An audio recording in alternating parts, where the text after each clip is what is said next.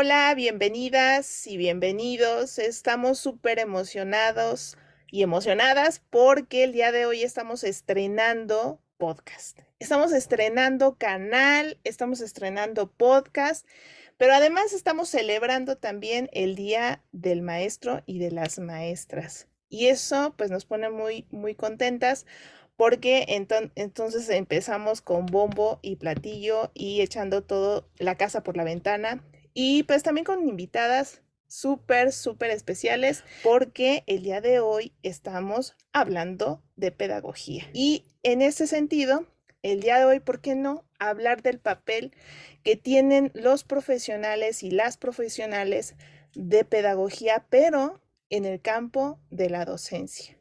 A mí me gustaría que se presentaran Olimpia y Nadia y que nos digan cómo es que de pronto pensaron que era muy buena idea entrar en el mundo de la pedagogía. Cuéntanos, Olimpia. Hola, muchas gracias, Brenda. Buenas noches a todos. Estoy muy emocionada por poder participar en este proyecto. Y pues bueno, yo soy Ana Olimpia Hashimoto Carrillo. Estudié pedagogía en la Universidad Nacional Autónoma de México. Soy egresada de la Facultad de Filosofía y Letras, ya titulada. La verdad es que la historia de cómo llegué al mundo de la pedagogía es un poco curiosa, ¿no? Porque desde que yo estaba muy pequeña, tenía mis juguetes, ¿no? Mis Barbies, siendo maestra y enseñando y los peluches, ¿no? Entonces, cuando conocí o supe en una feria de orientación vocacional sobre la existencia de la carrera de pedagogía, yo tenía como la idea equivocada de que me iba a enfocar en los niños, ¿no? Siempre me encantaban los bebés y los niños pequeños. En ese momento de mi vida, ¿no? Decía, bueno, voy a estudiar pedagogía porque voy a poder hacer algo por los niños, ¿no? Voy a poder conocer más a fondo de ellos, ¿no? Entonces, cuando llego a la facultad, me acuerdo perfecto de primeras clases, lo primero que nos dijo la maestra fue, si ustedes piensan que van a tratar con niños, están equivocados. Entonces fue así como, ¡pum! Algo que no, pues que yo no me esperaba, porque yo había pensado equivocadamente que a eso me iba a dedicar, ¿no? Entonces fue así como llegué a la pedagogía, pero conforme fue pasando el tiempo, o sea, fueron pasando las clases y fueron pasando más profesores y fui conociendo un poco más, pues me fui enamorando muchísimo más de la carrera, pese a que no era lo que yo tenía como una idea primaria, ¿no? O sea, al principio yo pensaba algo y cuando fui conociendo, me fui empapando, me fui formando, fui estudiando, pues me di cuenta que no era lo que yo tenía en mente, pero me fui enamorando muchísimo más de lo que pude haber entrado a la universidad, ¿no? Así llegué, curiosamente, al mundo de la pedagogía. Y claro, es que todas llegamos con esa idea, bueno, yo no, yo llegué con la idea de que era docente, pero a ver, ¿cómo llegaste, Nadia? ¿Cómo fue que tú dijiste, yo quiero ser pedagoga y yo quiero estudiar esta carrera? Hola, muy buenas noches. Mi nombre es Nadia, soy estudiante de pedagogía, ya casi egresada. Estoy realizando lo que es mi estadía profesional aquí mismo en la Asociación Mexicana de Pedagogías Alternativas. En cuanto a mi proceso para llegar a esta bonita y muy maravillosa carrera, la verdad es que fue un proceso bastante largo. Yo previamente estudié bueno, estaba estudiando una carrera diferente, pero a pesar de que de hecho era una área totalmente distinta a la que estoy ahora, ¿no? Pero siempre, aunque yo no estaba del todo cómoda con la carrera, siempre mis compañeros me buscaban para la cuestión de, explícamelo tú, es que yo te entiendo mejor a ti, es que es que tú me lo haces con bolitas y palitos, y entonces, siempre me gustó esa parte, ¿no? De que aunque los temas no me llenaban del todo en la carrera, siempre me encantaba el explicar a mis compañeros de la carrera, era una ingeniería, de hecho, y retomando todo, dije, bueno, tengo que hacer una decisión importante. Realmente estoy segura de que hay algo más para mí y también en cuanto a que me di cuenta que a lo largo de toda mi trayectoria estudiantil, siempre yo era la que estaba ahí, ahora sí que haciendo como que las explicaciones un día antes a todos mis amistades. Y bueno, tuve una experiencia mientras estaba en la otra carrera, en la cual, bueno, siempre me ha gustado el ámbito artístico, entonces empecé a enseñar pintura a niños y a jóvenes, y entonces dije, esto es para mí. O sea, esto, el tener que planificar, el poder diseñar un plan para cada una de esas personas, pues me llena, porque no nada más era, ay, es que estoy con los niños, ¿no? O, ay, vamos a mancharnos los dedos, ¿no? Sino que era toda una planificación sobre basándome en qué habilidades tenían, en sus edades, en cuanto a sus intereses. Entonces yo dije, bueno, ahora sí que me tocó esta experiencia y me gustaría poder formarme para poder ser capaz de ayudar en distintos ámbitos a distintas personas en sus procesos de aprendizaje, ya sea así como con mis compañeros en un ámbito académico o en un ámbito pues más recreativo, ¿no? Entonces así fue como que mi proceso personal para por esta carrera. Sí, sí, claro, que mucho tiene que ver con esta parte de con cómo nos sentimos identificadas, cómo jugamos incluso a la escuelita. A mí me tocó en algún momento sentirme maestra, inspirada obviamente por mis maestros y maestras que tuve en la primaria. Yo creo que recuerdo que la primera vez que yo pensé en ser docente era cuando tuve a mi maestra de sexto de primaria, la maestra Alejandra, por cierto. Pero es bien interesante. Yo siempre ligué, en mi opinión, bueno, en mi experiencia, siempre ligué la docencia con la pedagogía.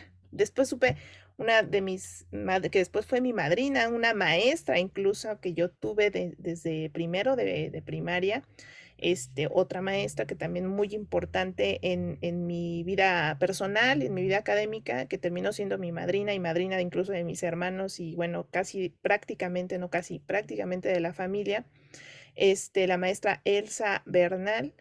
Ella tuvo muchísima influencia y muchísima importancia en esos primeros años escolares como docente, inspirando, inspirando en mí la idea de que quizá en algún día yo pudiese ser también docente. Más adelante me entero porque creo que en esos entonces no entendía yo, no sabía, no conocía que existía la pedagogía, lo conocí mucho después, ya en la universidad, bueno, antes de entrar a la universidad, y no fue mi primera opción, pero siempre existe esta idea de que la docencia está conectada con la pedagogía. No sé cómo ven ustedes, pero al menos a mí yo elegí pedagogía porque yo quería ser maestra. ¿Cómo les fue a ustedes? ¿Ustedes cómo perciben o cómo percibieron a lo largo de estos años formativos esta cuestión de la docencia y cómo se vinculó con la pedagogía? Y también qué importancia tiene en sus vidas. Cuéntanos, Olimpia, en tu caso, ¿cómo ves esta conexión docente profesional de pedagogía? Pues la verdad, sí creo que la docencia va de la mano con la pedagogía y van juntas, no pueden separarse, no van a separarse nunca. La verdad es que sí me parece un vínculo extremadamente importante, sobre todo en la sociedad en la que vivimos.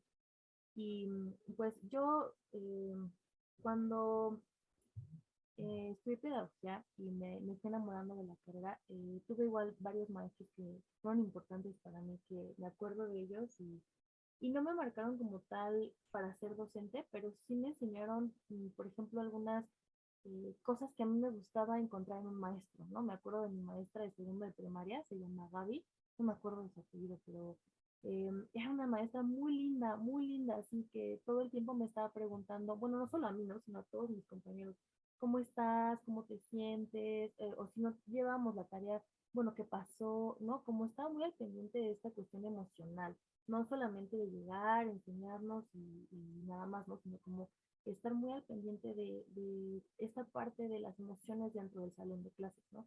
Esa es como mi primera, como la primera maestra que recuerdo con muchísimo cariño porque me dejó como yo quisiera que todos mis maestros fueran así, ¿no? Que me preguntaran cómo estoy, cómo me siento, porque a lo mejor no nos damos cuenta, pero llegar al aula es un mundo lleno de emociones y a lo mejor como docentes podemos dejar un poco de lado esta parte por, no sé, por las cuestiones administrativas, por las cuestiones de tengo que cumplir con cierto material en cierto tiempo, ¿no? Pero qué importante es el tener las herramientas y las habilidades emocionales tanto como para escuchar y recibir y también para brindárselas a los alumnos, ¿no? Entonces de ahí me acuerdo y me voy a acordar siempre de cómo ella era muy, muy linda, muy cariñosa, y de ahí como que se me quedó, quiero que todos mis maestros sean así, ¿no? Luego tuve en CCH otro maestro que se llama Juan Carlos.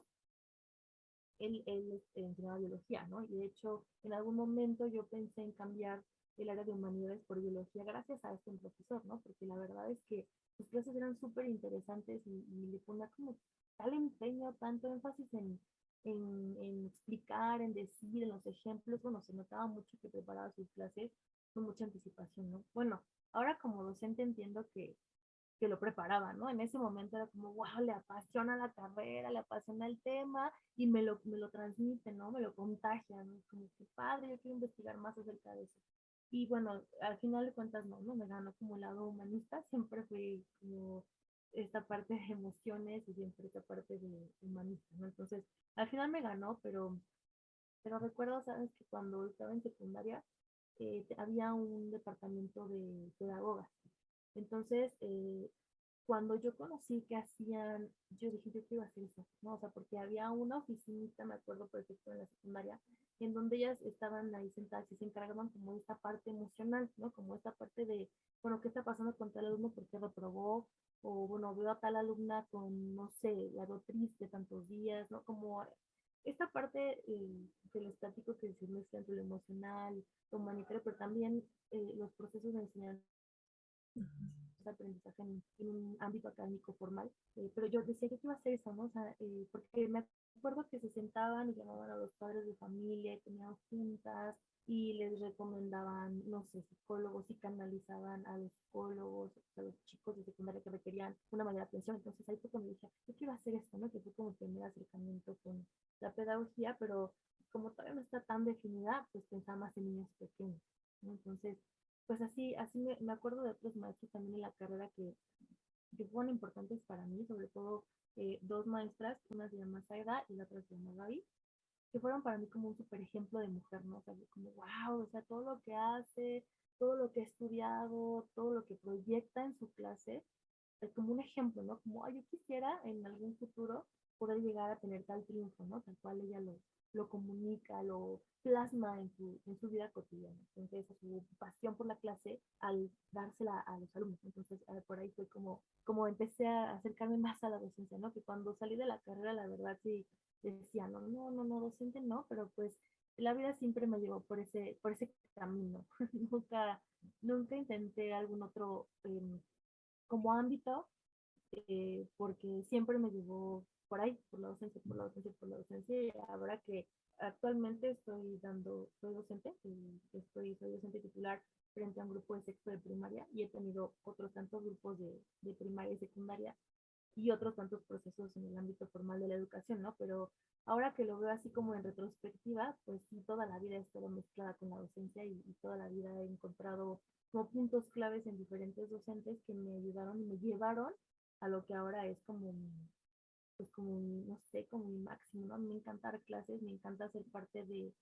pues como pedagoga de la docencia, ¿no? Aunque entiendo que la pedagogía no se limita a la docencia y que algo que amo de mi carrera es decir, tiene muchísimas áreas, ¿no? Yo puedo ver áreas de todas partes de la pedagogía, pero sí creo que en mi caso la docencia es algo lo que más amo de la pedagogía, ¿no? Poder recorrer la senda de la docencia de la mano de la pedagogía. Híjole, es que esa es la parte interesante, ¿no? De cómo está súper conectada, incluso en cuanto a la creación de la carrera, cómo es que se da en el seno justamente de la docencia, justamente en Veracruz, Nadia, tú justo que estás estudiando desde Veracruz, este, justamente en Veracruz es como se va gestionando esta idea de formar a docentes, ¿no? Y que se convierte en este estudio, la pedagogía como carrera, su origen es muy interesante, ¿no? En México, cómo es que se desdobla esta parte inicial que comienza con una profesionalización de la docencia, ¿no? Como un posgrado. Yo de hecho recuerdo que cuando yo era niña, Recuerdo que una de mis maestras, justo si no mal recuerdo y si no estoy mal informando, pero mi maestra, que yo siempre he tenido esa idea, mi maestra de primero de primaria, la maestra Elsa, ella estudiaba su posgrado de pedagogía, ¿no? Y se convierte en una carrera, ¿no? Ya con esta intención de profesionalizar a los docentes. Entonces su seno de origen está centrado en el ámbito docente, en el ejercicio docente. No, no es gratuito entonces que tengamos la idea de que como maestros, perdón, que como profesionales de la pedagogía, por supuesto que podemos ser maestros, ¿no?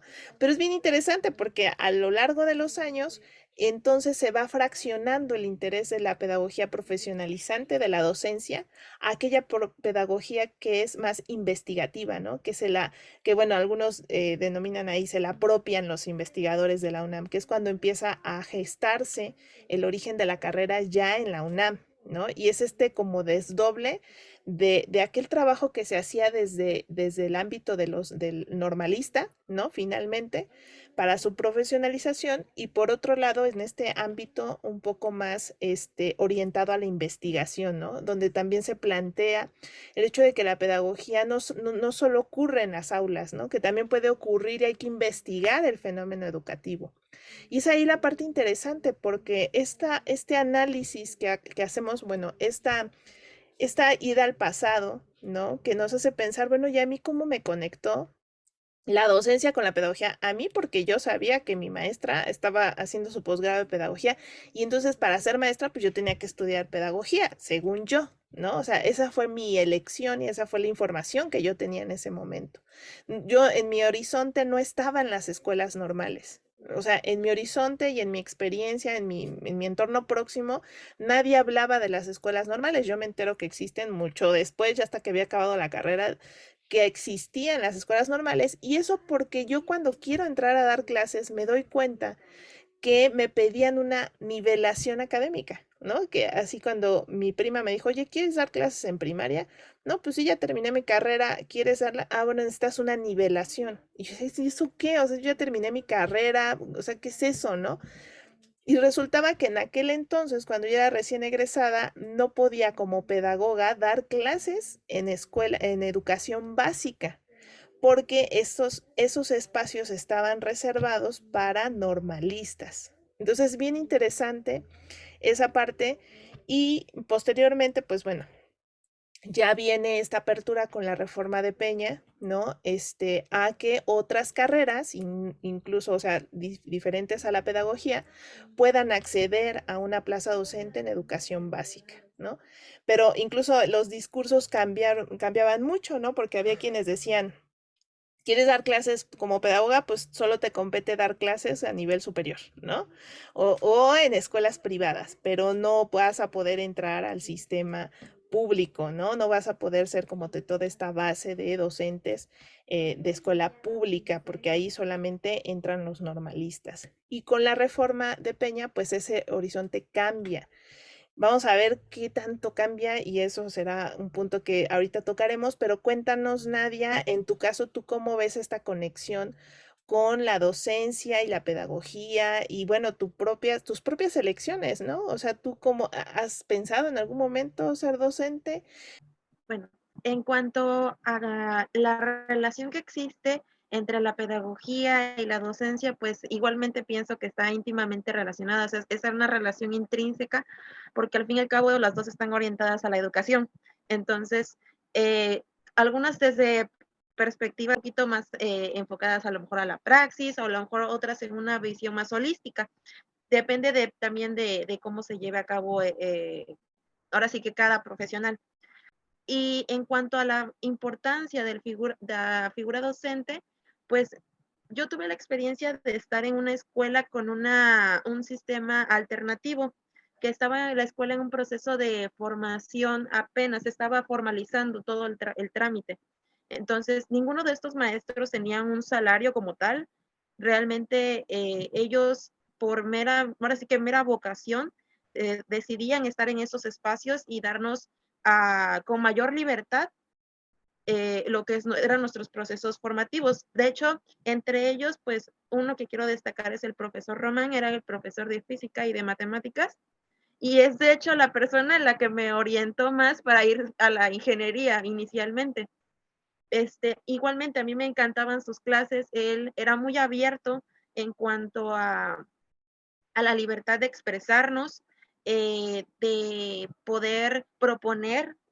Era muy, generalmente uno tiene una visión un poco cuadrada o rígida de las matemáticas, entonces él tenía una visión muy humana de las matemáticas que la verdad era como si siempre hubiese una relación humanista entre las matemáticas que yo nunca hubiese visto, ¿no? Entonces, todo lo que era esa área, el área tecnológica y el área de exactas, me empezó a gustar muchísimo por él precisamente.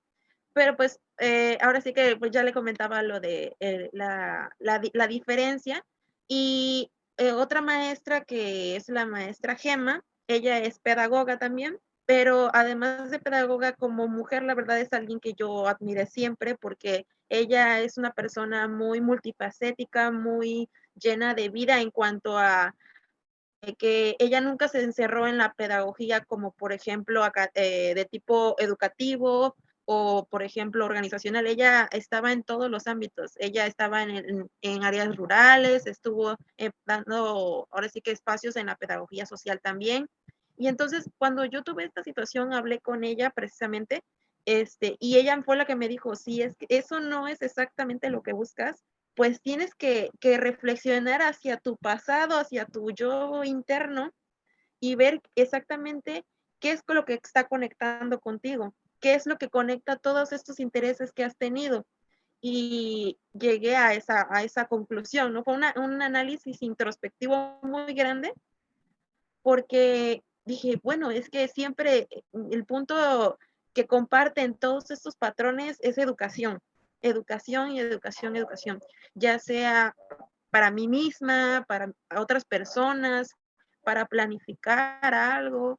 Entonces, creo que la figura docente es más como que una figura docente, yo lo definiría casi como una figura humanista porque requiere la verdad de muchas cualidades de tipo emocional, interpersonal, de muchos también valores y cualidades como la resiliencia, eh, el autocontrol, muchas habilidades que realmente es difícil poderlas describir y que realmente engloban en una sola persona. Entonces, creo que yo que es ahí donde mi perspectiva cambia y yo decido ver ese campo de la pedagogía más allá, ¿no?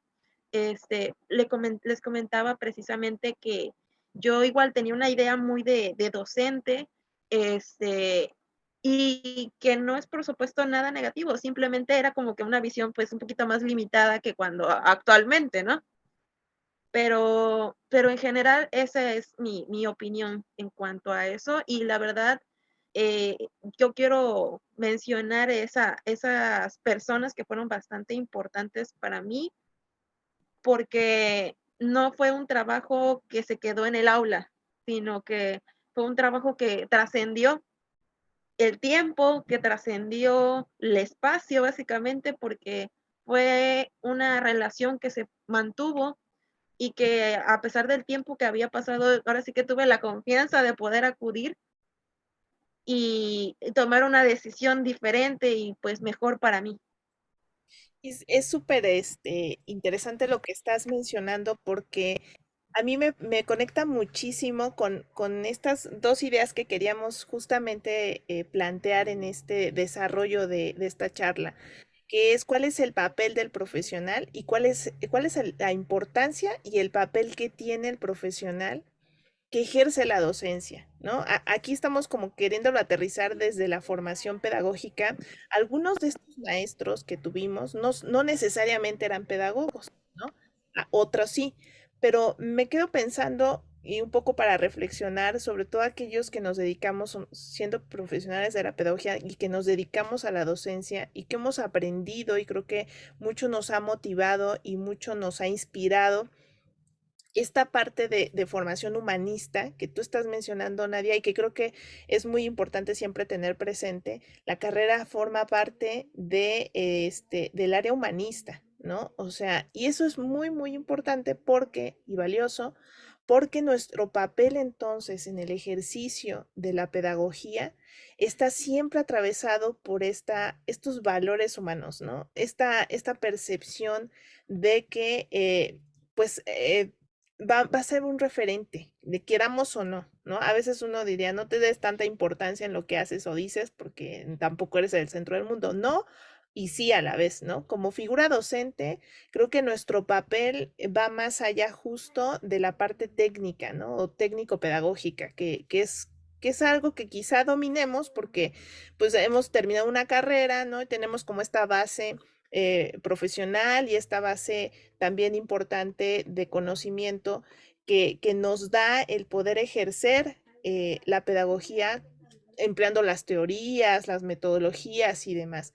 Pero como personas, la parte interesante aquí que me parece que no debemos dejar de lado es que cómo hacemos para que nuestro papel tenga una relevancia, pero también que sea transformadora, ¿no? Porque el ejercicio pedagógico, al menos yo lo veo como un ejercicio que va a transformar el entorno en el que te encuentras, que va a transformar, pues se espera siempre que sea para bien, ¿no? Como decía Kant, que la educación es para perfeccionar, o sea, es un perfeccionamiento humano, o sea, siempre se busca el perfeccionamiento de la persona, aunque no nunca llega a ser perfecto, pero en este avanzar, en este caminar hacia ese perfeccionamiento, algo se tiene que hacer bien. Y entonces esa búsqueda de eso que queremos que salga bien, pues tiene también que ser benéfico para la sociedad. Entonces, nuestro papel al tratarse de personas con las que trabajamos, pues es fundamental, ¿no? O sea, va más allá de calificar o de tomar asistencia o de dejar tareas ¿no? O de cumplir incluso con un programa. O sea, va más allá en el sentido de que nuestras decisiones, incluso nuestra actitud, ¿no? Va a impulsar o a frenar aquel estudiante. Porque yo lo veo así, de cómo fueron aquellos maestros. También recuerdo aquellos maestros que no los tomaría como referente, ¿no? O sea, por ejemplo, recuerdo aquellos que me traumaron, quizás si podría decir, o que me violentaron, ¿no? En el caso de aquellos que de pronto, recuerdo un maestro que a mí no me lo hizo personalmente, digamos que la cosa que me traumó es que me tirara. Yo tenía un cabello muy, muy largo en la secundaria y había un maestro de historia, que incluso ni no recuerdo su nombre, pero ese maestro de historia era tan, tan estricto que, o sea, a la menor provocación había un regaño, ¿no? O un reporte. Y recuerdo que yo, bueno, terminé de hacer lo que tenía que hacer. Él se salió del salón y de pronto yo me empecé a peinar mi cabello porque era un cabello muy largo, muy abundante y siempre se me enredaba, entonces siempre llevaba mi cepillo a todos lados. Y recuerdo que entró, me sorprendió peinándome y me hizo que me levantara a entregarle el cepillo y lo tiró al cesto de basura, ¿no? Para mí eso fue muy agresivo, ¿no? De entrada. Por orgullo no lo recogí. O sea, ya terminando la clase, los compañeros me decían, levanta tu cepillo. Y yo por orgullo dije, no, porque para mí era como algo humillante, ¿no? O sea, tener que sacar de la basura mi cepillo era como, ¿por qué? Entonces yo lo dejé tirado ahí, nadie me lo recogió ni lo entregaron, se fue a la basura. Y así, ese tipo de actitudes violentas, ¿no? Que también marcan, o sea, a mí me marcó como persona, yo hoy lo veo y digo, hoy a la distancia lo recuerdo como algo violento, como el hecho de también me parece violento, algo que hacía una maestra de inglés que tuve en secundaria, que yo recuerdo, pues no sé por qué razón, yo me sentaba hasta adelante, pero en algún momento se le ocurrió que era buena idea sentar hasta adelante a los más aplicados y de pronto a los que bajaban su promedio o tenían menos calificación, pasarlos hasta hacia atrás, ¿no? Entonces, un recuerdo que yo seguramente bajé, no recuerdo muy bien, pero seguro bajé mi calificación en algún momento, salí mal en el examen y me pasaron del frente hacia atrás, ¿no? Entonces, igual lo recuerdo como algo doloroso, como algo que no estaba padre, ¿no? Entonces, incluso si lo quieres humillante también, porque es como pues, tú estabas en un lugar y de pronto te pasan a un lugar inferior, ¿no? Porque pues, vete para atrás porque no estás dando el ancho, ¿no? Entonces, como que esos mensajes que son violentos se reproducen también en la esfera de la convivencia, pero que vengan del maestro, me parece que es algo todavía más grave. ¿No? Es algo todavía más doloroso que venga de un compañero. Si ya de por sí viene de un compañero es violento, que venga del maestro o de la maestra, aunque tenga la finalidad de que tú tengas un desempeño mucho mejor, ¿no? Porque, claro, no estoy pensando que la maestra me quería violentar, no, ella quería que pues fuéramos. Pero yo me quedo pensando, si todos hubiéramos sido excelentes, entonces no habría lugar para que todos nos sentáramos hasta adelante. Es como, no había modo, o sea, no, esta jerarquización es violenta pero ocurre en el aula y te marca como estudiante. Entonces, regresando al papel docente como profesionales de la pedagogía, como profesionales docentes, ¿qué importancia tenemos en ese ejercicio? Yo creo que mucha. Yo creo que mucha y lo hemos compartido con estas experiencias.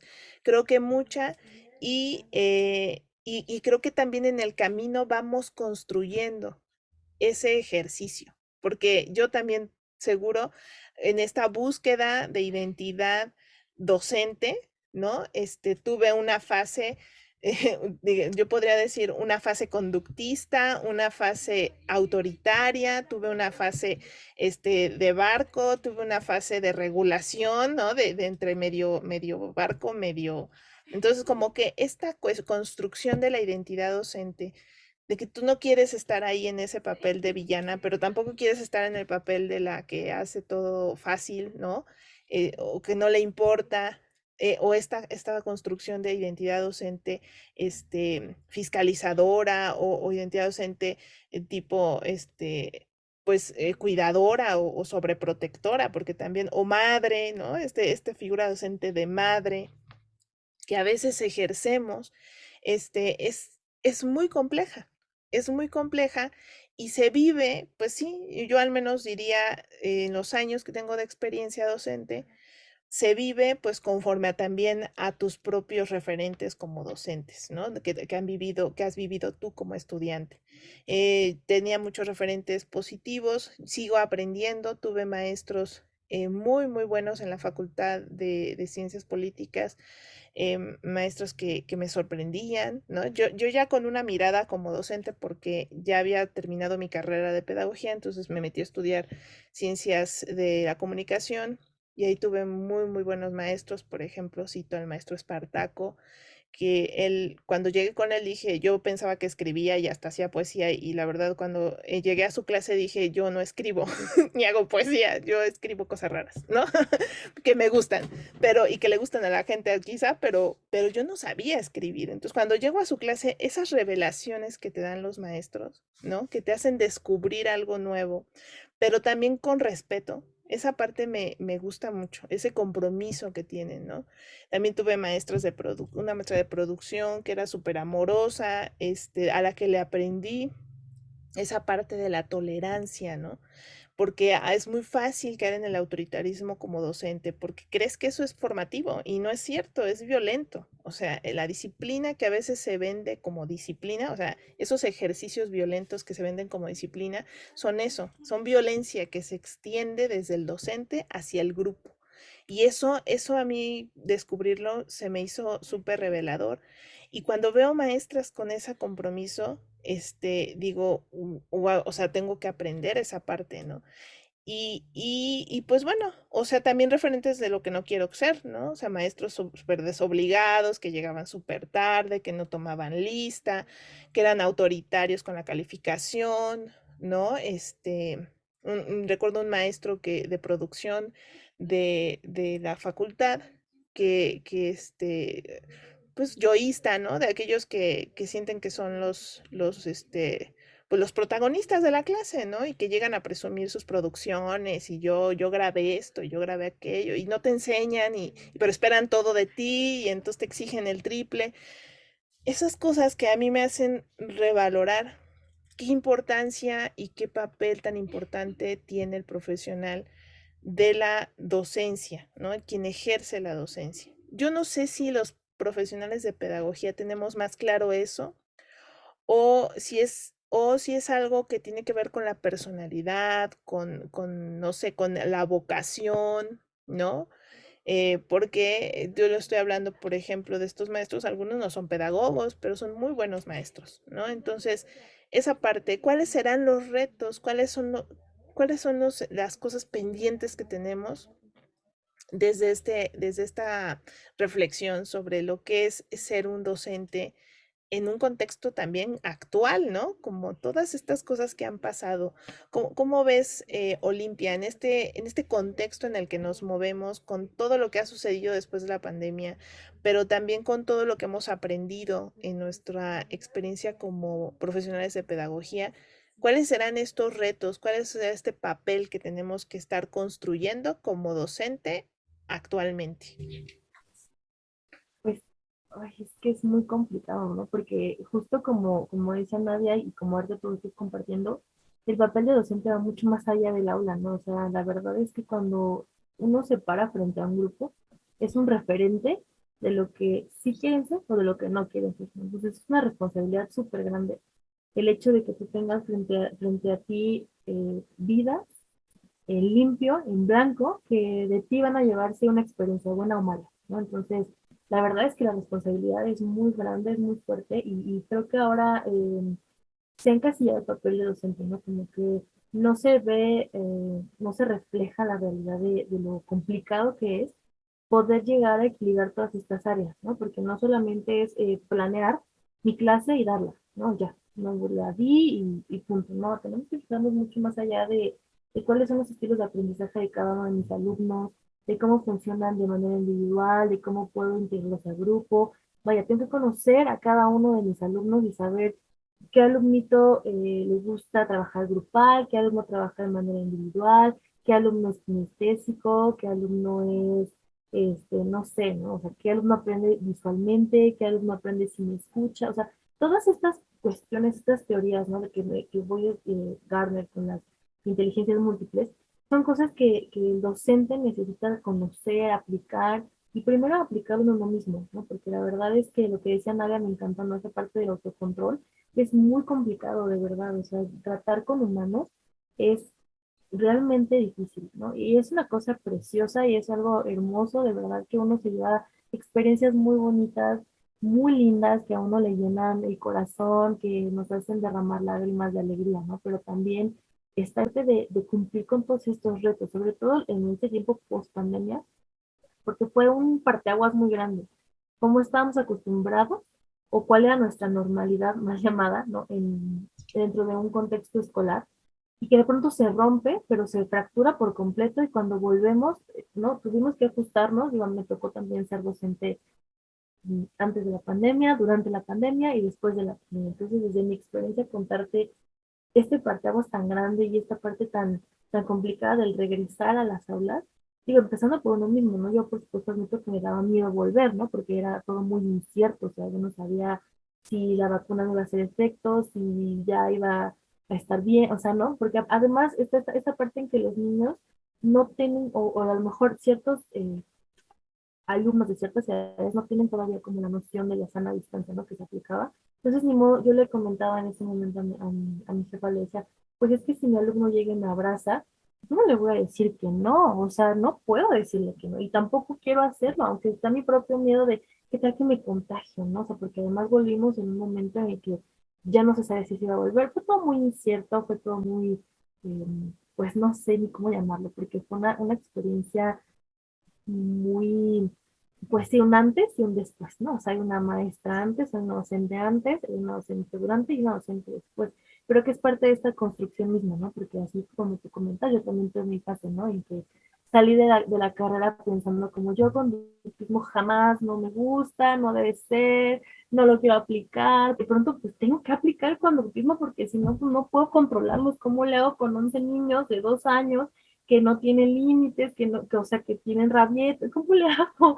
Yo quiero aplicar el constructivismo, pero de pronto necesito marcarles límites. Entonces, pues sí, en la construcción de la identidad docente hay que ir también, ¿no? Probando qué es lo que me acomoda, qué es lo que no. Y ya cuando uno se hace como que más, con más experiencias, va llegando, llenándose experiencias, vamos formando esta identidad, ¿no? A mí algo que me encanta trabajar es que el aula sea un espacio seguro, donde ellos lleguen y se sientan seguros y seguras de contar lo que sea, lo que necesiten, ¿no? O siempre, claro, sin ofender a los demás, como desde la empatía que ellos sientan un lugar muy seguro. Y creo que eso es algo que a mí me encantó, ¿no? Ya lo comentaba.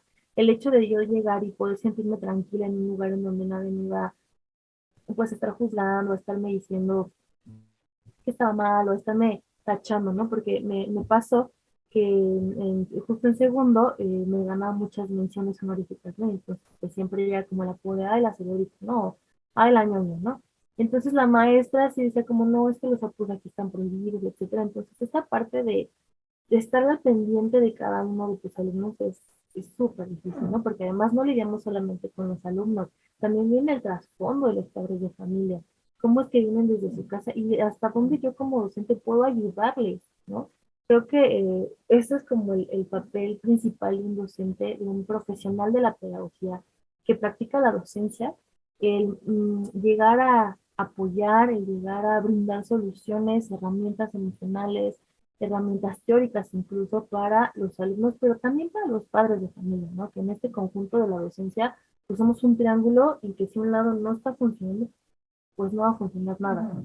Realmente, a lo mejor uno como docente puede aplicar 80.000 estrategias, y ya leí tantos libros, y me puse a investigar más allá de las teorías de Gardner, y me puse a investigar a Bauman, y me puse a investigar ahí mil cosas para poder aplicarlas, pero realmente si no tengo un impacto en el padre de familia, bueno, mi trabajo va a rendir frutos, por supuesto, pero ahí nos encontramos con esta barrera de solamente en la escuela, ¿no? En este ámbito formal. Muchos valores y muchas aptitudes que no se ven, ¿no? O sea, fuera de las aulas no se ven. Quizá nosotros como docentes lo sabemos, lo entendemos y hasta podemos contar cosas y reírnos, ¿no? Como de algo que hice, algo que me funcionó, algo que no, de alguna experiencia buena o mala con algún padre de familia, pero realmente el que la gente sepa que ser docente no es nada más llegar, planear mi clase, sentarme, calificar, pasar lista y ya, ¿no? O sea, ahí, para de contar, es lo único que hacen los maestros, ¿no? Aparte de descansar el 15 de mayo.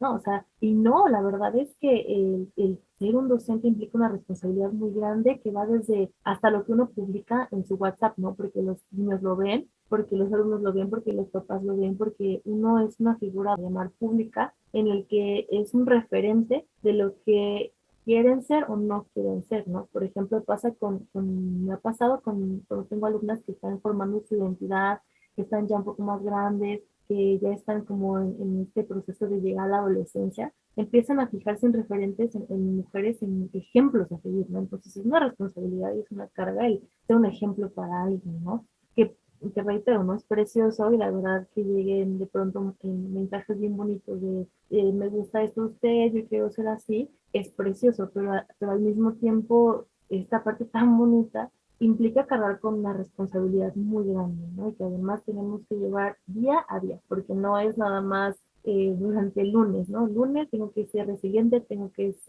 autocontrolarme, tengo que regular mis emociones, además de todo tengo que dejar mis problemas personales hasta por allá, y tengo que sonreír, no, o sea, no es nada más el lunes, es de lunes a viernes y todo el ciclo escolar. Entonces, a mí me parece que el papel de un docente, como bien comentaban, sí va mucho más allá de solo planear, ¿no? O sea, ¿hasta dónde tiene impacto mi papel como docente? ¿Qué es lo que yo hago y hasta dónde impacto? Pues realmente siempre es que tratar, como bien dices, ¿no? El tratar de hacer un cambio para bien, ¿no? Mejorar para bien y llevarlos a, no sé, a investigar, a no creerse todo lo que encuentran en redes sociales, a discriminar páginas que no tienen información certera, acercarlos a sus padres, ¿no? Porque también ahora encontramos mucha desvinculación entre los alumnos y sus padres, ¿no? Con esta modernidad es complicado encontrar vínculos que estén realmente formados en la confianza entre padres e hijos, ¿no? Y a veces uno como docente es el intermediario entre lo que le está pasando al alumno, que no le quiere contar al padre, pero que le está afectando, ¿no? Tanto en su ámbito académico como en su ámbito emocional, como en su ámbito social. Entonces, también es un reto esta parte, porque tenemos que lidiar con, además, qué información puedo yo brindarles, ¿no? Me acuerdo de una, me da mucha risa ahora, ¿no? Pero en ese momento sí me sentí como muy presionada. Estábamos igual en pandemia, en clases en línea, y me tocó dar justo el tema de los aparatos de reproductores, ¿no? Entonces, eh, pues sí fue para mí un tema súper complicado en que yo les dije, ¿saben qué padres? Porque aparte tenía a los padres de familia escuchando todo lo que yo les decía. Entonces lo que hice fue mandar un mensaje y saben que papitos, lo que sucede es esto. El tema que vamos a ver son aparatos reproductores. Solamente por esta ocasión, yo no voy a responderles las dudas a sus niños, voy a limitarme al sentido biológico del tema y no voy a dar ningún tipo de opinión, no voy a dar ningún tipo de información más allá de lo biológico, porque yo no sé el contexto familiar de cada uno de ellos, ¿no? O sea, hasta dónde el padre de familia quiere que su hijo sepa. Entonces yo les dije, ustedes se van a encargar de resolver las dudas hasta donde ustedes quieran que sus hijos conozcan este tema, porque es un tema complicado, ¿no? O sea, no porque no lo pueda dar o porque me dé vergüenza, sino porque el hecho de lastimar alguna susceptibilidad de algún padre de familia, pues también es un peso grande y una responsabilidad, ¿no? Porque algo que para mí pudiera parecer muy normal de explicar, llamar a las partes de nuestro cuerpo por sus nombres, a lo mejor para un padre de familia era escandaloso, ¿no? Entonces, esta parte también es importante retomarla y que es una maravilla el ser docente porque uno se encuentra con muchas cosas preciosas y muy bonitas y experiencias de vínculos con alumnos y de cosas que ellos mismos comentan que se marcaron, que fue distinto gracias a la intervención del docente, pero también es una responsabilidad que no hay que dejar de lado el hecho de que el compromiso, que la resiliencia, que el autocontrol, que la investigación, porque aparte hay que investigar, ¿no? A mí me ha tocado muchísimos alumnos que me ponen a investigar en la noche y estoy, híjole, ¿cómo le hago? No, o sea, ya implementé esto, pero no puedo llegarle. Entonces, pues me pongo a investigar y a ver qué encuentro y saco mis lecturas de la universidad y ahí estoy revisando. Eso también nos lleva el papel de la docencia, ¿no? Y bueno, no me encanta hablar de este tema. Creo que es algo muy bonito y que lamentablemente en nuestro país no está tan reconocido, ¿no? Hace algunos años recuerdo que el papel del docente era como una persona muy respetada, como una persona que, pues que la sociedad en general tenía como un referente, ¿no? Me imagino seguramente la responsabilidad era todavía mayor, ¿no? Como, no nada más frente a mis alumnos, también frente a los padres, pero ahora creo que se ha desvalorizado mucho este papel del docente como en la relación con los padres de familia, ¿no? Siempre, no hay que ser, claro, por supuesto, no hay que ser autoritarios y ser, así es, ¿no? Yo digo que así es porque yo soy la docente, pero sí hay que seguir como algunos criterios que se tienen que ajustar, no más es solo complacer. Entonces, también creo que después de la pandemia pasó esto, porque durante la pandemia los padres de familia estaban escuchando absolutamente todo lo que pasaba en las aulas, esta intimidad en aulas, pues se rompe, dejó de existir, es nula y ahora volver a obtenerla, pues como que los actores de la educación formal se quedaron acostumbrados, nos quedamos acostumbrados a la forma de trabajo durante la pandemia. Entonces, volver a un ritmo de trabajo como más estable, con todos estos factores emocionales, sociales, que tenemos que tomar en cuenta para poder ejercer una clase, y que no solo me paro al frente y me pongo a hablar, sino tengo que conocer a todos y cada uno de mis alumnos, porque cada alumno es una persona, cada alumno es un ser humano que tiene evidencias detrás de él o de ella, que hoy yo no sé cómo se levantó, que tiene una historia de vida, del por qué, que nos da una explicación de su manera de ser. Eh, Aunado al hecho de regresar de una pandemia, pues la verdad sí ha sido bastante complicado.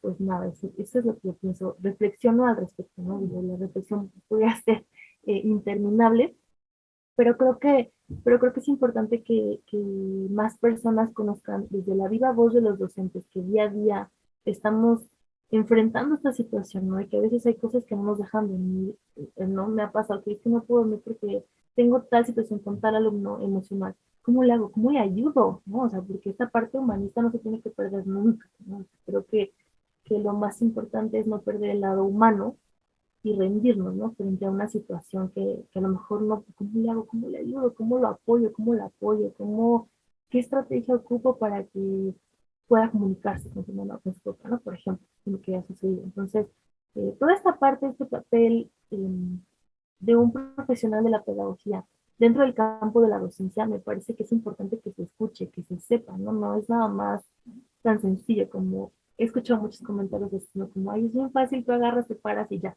Y yo, no, ¿cómo crees? O sea, de verdad, es todo un proceso previo, un proceso durante y un proceso después de la sesión. O sea, no nada más es calificar, también va mucho más allá del papel, ¿no? Que también es importante, por supuesto, porque tenemos que cumplir con un criterio de evaluación, pero va mucho más allá. Entonces, esta parte también creo que me parece bastante importante que se comparta, que la gente lo sepa, que escuchen las experiencias de los maestros y del compromiso que tenemos hacia nuestros alumnos, ¿no? Digo, evidentemente sé que hay maestros que no son un referente de lo que debe ser, ¿no? Pero hay otros tantos que sí. Entonces creo que es importante retomar esta parte de la figura docente y sobre todo de un profesional de la pedagogía, ¿no? Porque me acuerdo mucho que, y nunca se me va a olvidar esto que una docente me dijo en mi clase, nos dijo, ustedes se tienen que poner unos lentes que digan pedagogía. Y una vez que se los pongan, ya no se los van a poder quitar y entonces todo va a ser pedagogía. Entonces estaba con mi amiga de la universidad y yo le decía, no, pues no, no, que no le entiendan, ¿no? Entonces nos dejó una lectura de Kant y leímos a más filósofos. Entonces estábamos justo leyendo la filosofía de la educación. Después de terminar ese semestre nos dijo, ahora sí ustedes ya tienen sus lentes de pedagogía. Y pues yo decía, ¿en qué momento me los puse, no? Pero resulta que fuimos al cine y fuimos a ver una película y de pronto empezamos así de la nada a decir, no, es que el proceso es no formal y fija, ¿no? De pronto empezamos a decir, una película que no tenía nada que ver con educación, ¿no? Que vamos a suponer que era una película, no sé, de romance. Y empezamos a buscar la parte pedagógica de toda la película. Fue cuando dijimos, sí, sí es cierto, ¿no? O sea, sí, sí es cierto. Una vez que uno estudia la pedagogía, lo conoce, encuentra pedagogía en todas partes. Y en todas partes lo podemos encontrar. Entonces, pues sí, es algo que también me ha marcado mucho el encontrar pedagogía. En todas partes se encuentra todo. En mi familia, no, es que la pedagogía dice esto, y ayer y los etapas del desarrollo dice que, y luego no la teoría, y luego lo comparo con la práctica, y es muy padre, ¿no? Es muy padre, pero sí creo que en el marco de la celebración del Día del Maestro es importante reconocer y felicitar a los docentes que tienen esta vocación, este compromiso de llevar a cabo todas estas actitudes día con día, porque en verdad ahí es que hasta uno mismo, ¿no? También somos personas y tenemos días terribles y tenemos algún conflicto, tenemos alguna situación que tenemos que poner a un lado, porque yo no puedo llegar a mi clase llorando, ¿no? Porque entonces que al final de cuentas no estoy cumpliendo con mis responsabilidades, soy un referente para mis alumnos y para mis padres de familia.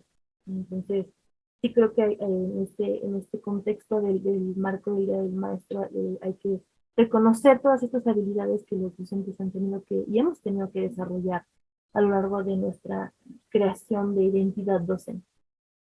Claro, sí, efectivamente, hay muchos retos, ¿no? O sea, hay todavía muchos retos que se tienen que ir sorteando, que se tienen que ir atendiendo, eh, pero que no se podrían atender sin ese compromiso, ¿no? ¿Cómo ves, Nadia, cuáles crees tú que sean esos retos que enfrenta el profesional de la pedagogía ejerciendo la docencia? ¿Cuál es esa importancia que tiene, pues, el profesional en este rol de docente?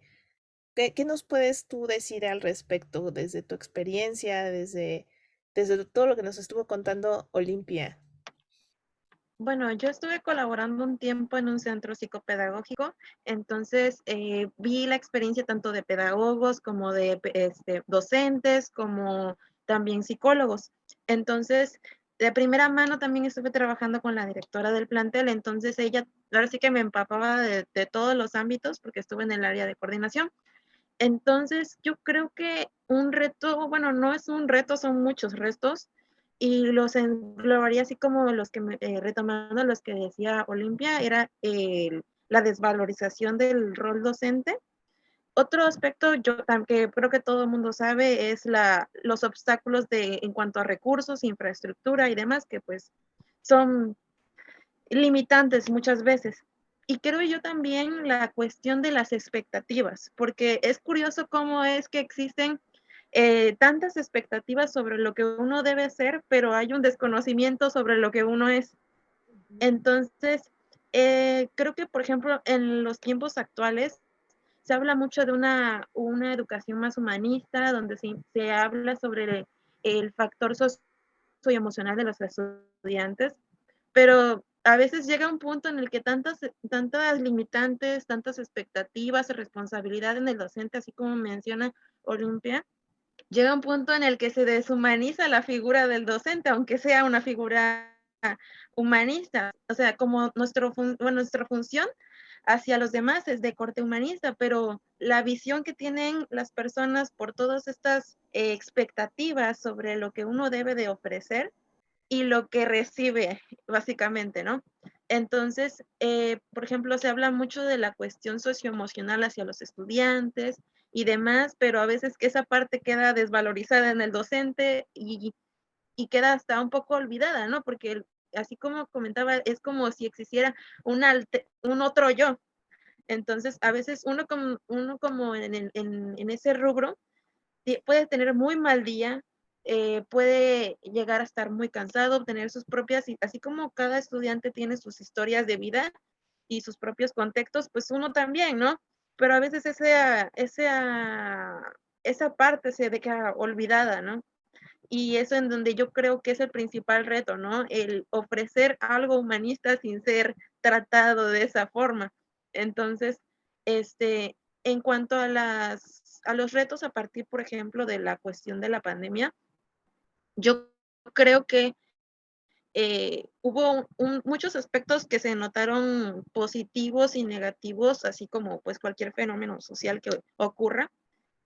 Entonces, yo considero que el reto para el docente principal es más allá de la formación, sino también en el aspecto del desarrollo personal, de su humanidad misma. Entonces, existen estas altas expectativas sobre lo que uno debe de ofrecer, pero pues existen más limitantes muchas veces, ¿no? Entonces, yo creo que es importante también generar estos espacios para que se reconozca, se identifique también el alcance tanto del pedagogo como del docente y que se pueda comprender la identidad y el valor que éste ejerce, así como cuando se habla de un médico, que cuando las personas dicen que, no sé, cuando un médico ha tenido un mal día y la gente es consciente de ello, de que trabajan tantas horas, que son periodos muy largos, pero pues así como hay gente que sabe que el docente trabaja en casa también, hay mucha gente que no lo sabe y que piensa que tienen su horario de trabajo de nada más que ya a las 2:30 ya están yendo a su casita y son libres, pues hay mucha gente que no sabe que hay un proceso de planeación, de revisión, de exámenes, y entonces eh, se da mucho esa crítica, ¿no? Y yo creo que al deshumanizarse, pues salen ese tipo de situaciones como las que comentaba Olimpia, de que incluso uno mismo, ¿no? Como de, ay, es que soy docente, o qué va a pensar el papá, o qué va a pensar. Entonces, hasta uno mismo termina un poco desvalorizándose de esa forma, ¿no? Suena a lo mejor un poco, pues, crudo, ¿no? Pero yo creo que es algo que puede llegar a pasar muchas veces por esta razón. Sí, ciertamente un reto enorme, pues es hacer esta revisión, ¿no? Desde dos dimensiones. Me parece que el reto es personal, también como profesional docente, sea o no pedagogo, Creo que el reto es hacer esta introspección sobre tu práctica, ¿no? Es pensar cómo estoy ejerciendo la docencia, ¿no? Ese sería un reto importante, porque también habrá quienes no tienen ese compromiso, ¿no? También los hay, o sea, también hay quienes no tienen ni la vocación ni el compromiso, solo les importa cobrar o ejercer poder, porque también o sea, es muy fácil poder estar en esa posición en donde puedas ejercer poder en el aula, ¿no? Y eso sea lo más satisfactorio que puedas estar teniendo como docente. O el otro lado, ¿no? Que también es como das todo, pero a la vez también no se te reconoce eso que das, ¿no? Y es este como desamor que todo el tiempo estamos teniendo en el caso de entre que compañeros, ¿no? Docentes o de parte de las autoridades, como se vivió de forma muy lamentable en la reforma de Peña, ¿no? Que atentaba contra los derechos de los maestros y entonces de pronto yo pensaba, bueno, toda esta violencia institucional que se ejercía hacia el cuerpo docente de educación básica en escuelas públicas, ¿cómo se refleja o cómo se vive en las aulas? Porque a final de cuentas tú como docente estás recibiendo esa violencia, esa incertidumbre, ¿no? De era si podía permanecer o no en mi plaza, si me iban a quitar el trabajo, basados en qué, etcétera, ¿no? Que es un poco o un mucho de lo que vivimos los docentes de escuelas privadas, ¿no? O sea, también esa violencia de las instituciones, de algunas instituciones, ¿no? Que te van coartando, ¿no? Tu ejercicio, que de pronto, pues te dan horas dependiendo de cómo le caes bien a la coordinador o a la coordinadora, o si te evaluaron bien o te evaluaron mal los estudiantes, ¿no? Que de pronto, se va perdiendo, en mi opinión, este contexto evaluativo a veces se va perdiendo la esencia de lo que es tu trabajo, ¿no? Yo recuerdo haber vivido evaluaciones docentes que consideré injustas, ¿no? Evaluaciones docentes injustas, en donde de pronto se me cargaba un poco parte de esta pues desorganización quizá institucional, ¿no? En donde si la propia institución no cumplió con ciertos objetivos, pues y el momento de evaluar al docente, ese es el momento en el que el estudiante se queja y pues ya no te fue tan bien, ¿no? Pero pues tú dices, haces la revisión y dices, bueno, eso no depende de mí. O sea, el que la tira de materias o qué sé yo haya salido de una manera u otra, pues no me corresponde como maestro, pero se me cobra, ¿no? En la evaluación docente. Entonces, es muy interesante esta parte que habría que estar trabajando, ¿no? De forma introspectiva con cómo es que tu propio ejercicio realmente cumple o no cumple con esas expectativas que, como bien dicen, a veces son muy altas sobre uno, sobre lo que uno tendría que hacer, pero que muchas veces para que eso pueda ser posible hay también otra serie de condiciones que tampoco se cumplen y que son institucionales, ¿no? Por ejemplo, también recuerdo en alguna otra institución donde, por ejemplo, el hecho de determinar quién va va y presenta el examen final, por ejemplo, te dicen si tienen tal número de faltas, no puede presentar el examen final. Eso no es una decisión mía, eso lo dice la institución o el reglamento. Y cuando lo aplicas, a mí me pasó algo muy curioso en una escuela privada donde estuve, cuando aplicaba yo el reglamento, iban con la directora, se quejaban de mí y la directora les daba chance de presentar el examen. Entonces yo decía, a ver, ¿cómo? O sea, la directora me está diciendo que yo aplique este reglamento y es ella la que está dando la autorización. Entonces aquí la villana es la maestra, ¿no? Y entonces, o sea, es como de estas contradicciones que de pronto se tienen y que yo diría es un reto porque recae en la figura docente, ¿no? O sea, a final de cuentas, si tú llegas, tú no pones las reglas de evaluación institucionales que muchas escuelas tienen, ¿no? La ponderación de asistencia, los exámenes parciales, el peso de exámenes parciales, todo eso lo determina la escuela. Y bueno, hay un libre albedrío en tu clase hasta cierto punto, pero esas decisiones no necesariamente recaen al 100% en ti. Tú tienes que adecuarte a ese marco normativo que la institución te provee. y también pues al ejercicio de ese marco normativo, que tú sabrás en qué medida lo cumples, ¿no? Que de pronto habrá maestros más alcahuetes que digan no y se salgan con la suya y den chance, y habrá maestros mucho más obsesivos que digan, pues aquí se cumple al pie de la letra, pero también tiene sus consecuencias, ¿no? Como este ejemplo que ponía. Entonces, los retos que a mí me parecen en este sentido que enfrentamos cuando ejercemos la docencia. Primero decía yo, pues este ejercicio introspectivo de qué tan buenos somos haciendo nuestra chamba como docentes, pero también estos retos institucionales, diría yo, ¿no? Que vienen desde la política, en el caso de quienes son docentes en escuelas públicas y básico, sobre todo que es la mayor discusión, ¿no? Que a veces se da en los medios y que emana pues de aspectos mucho más políticos, ¿no? Que técnicos o pedagógicos. Y por otro lado, pues la parte ya institucional local, o sea, de la propia escuela en donde tú te encuentras, ¿no? Cómo es que se va desenvolviendo esa serie de decisiones, esa serie pues, de dinámicas, ¿no? Internas, incluso de políticas internas de esa propia institución, ¿no?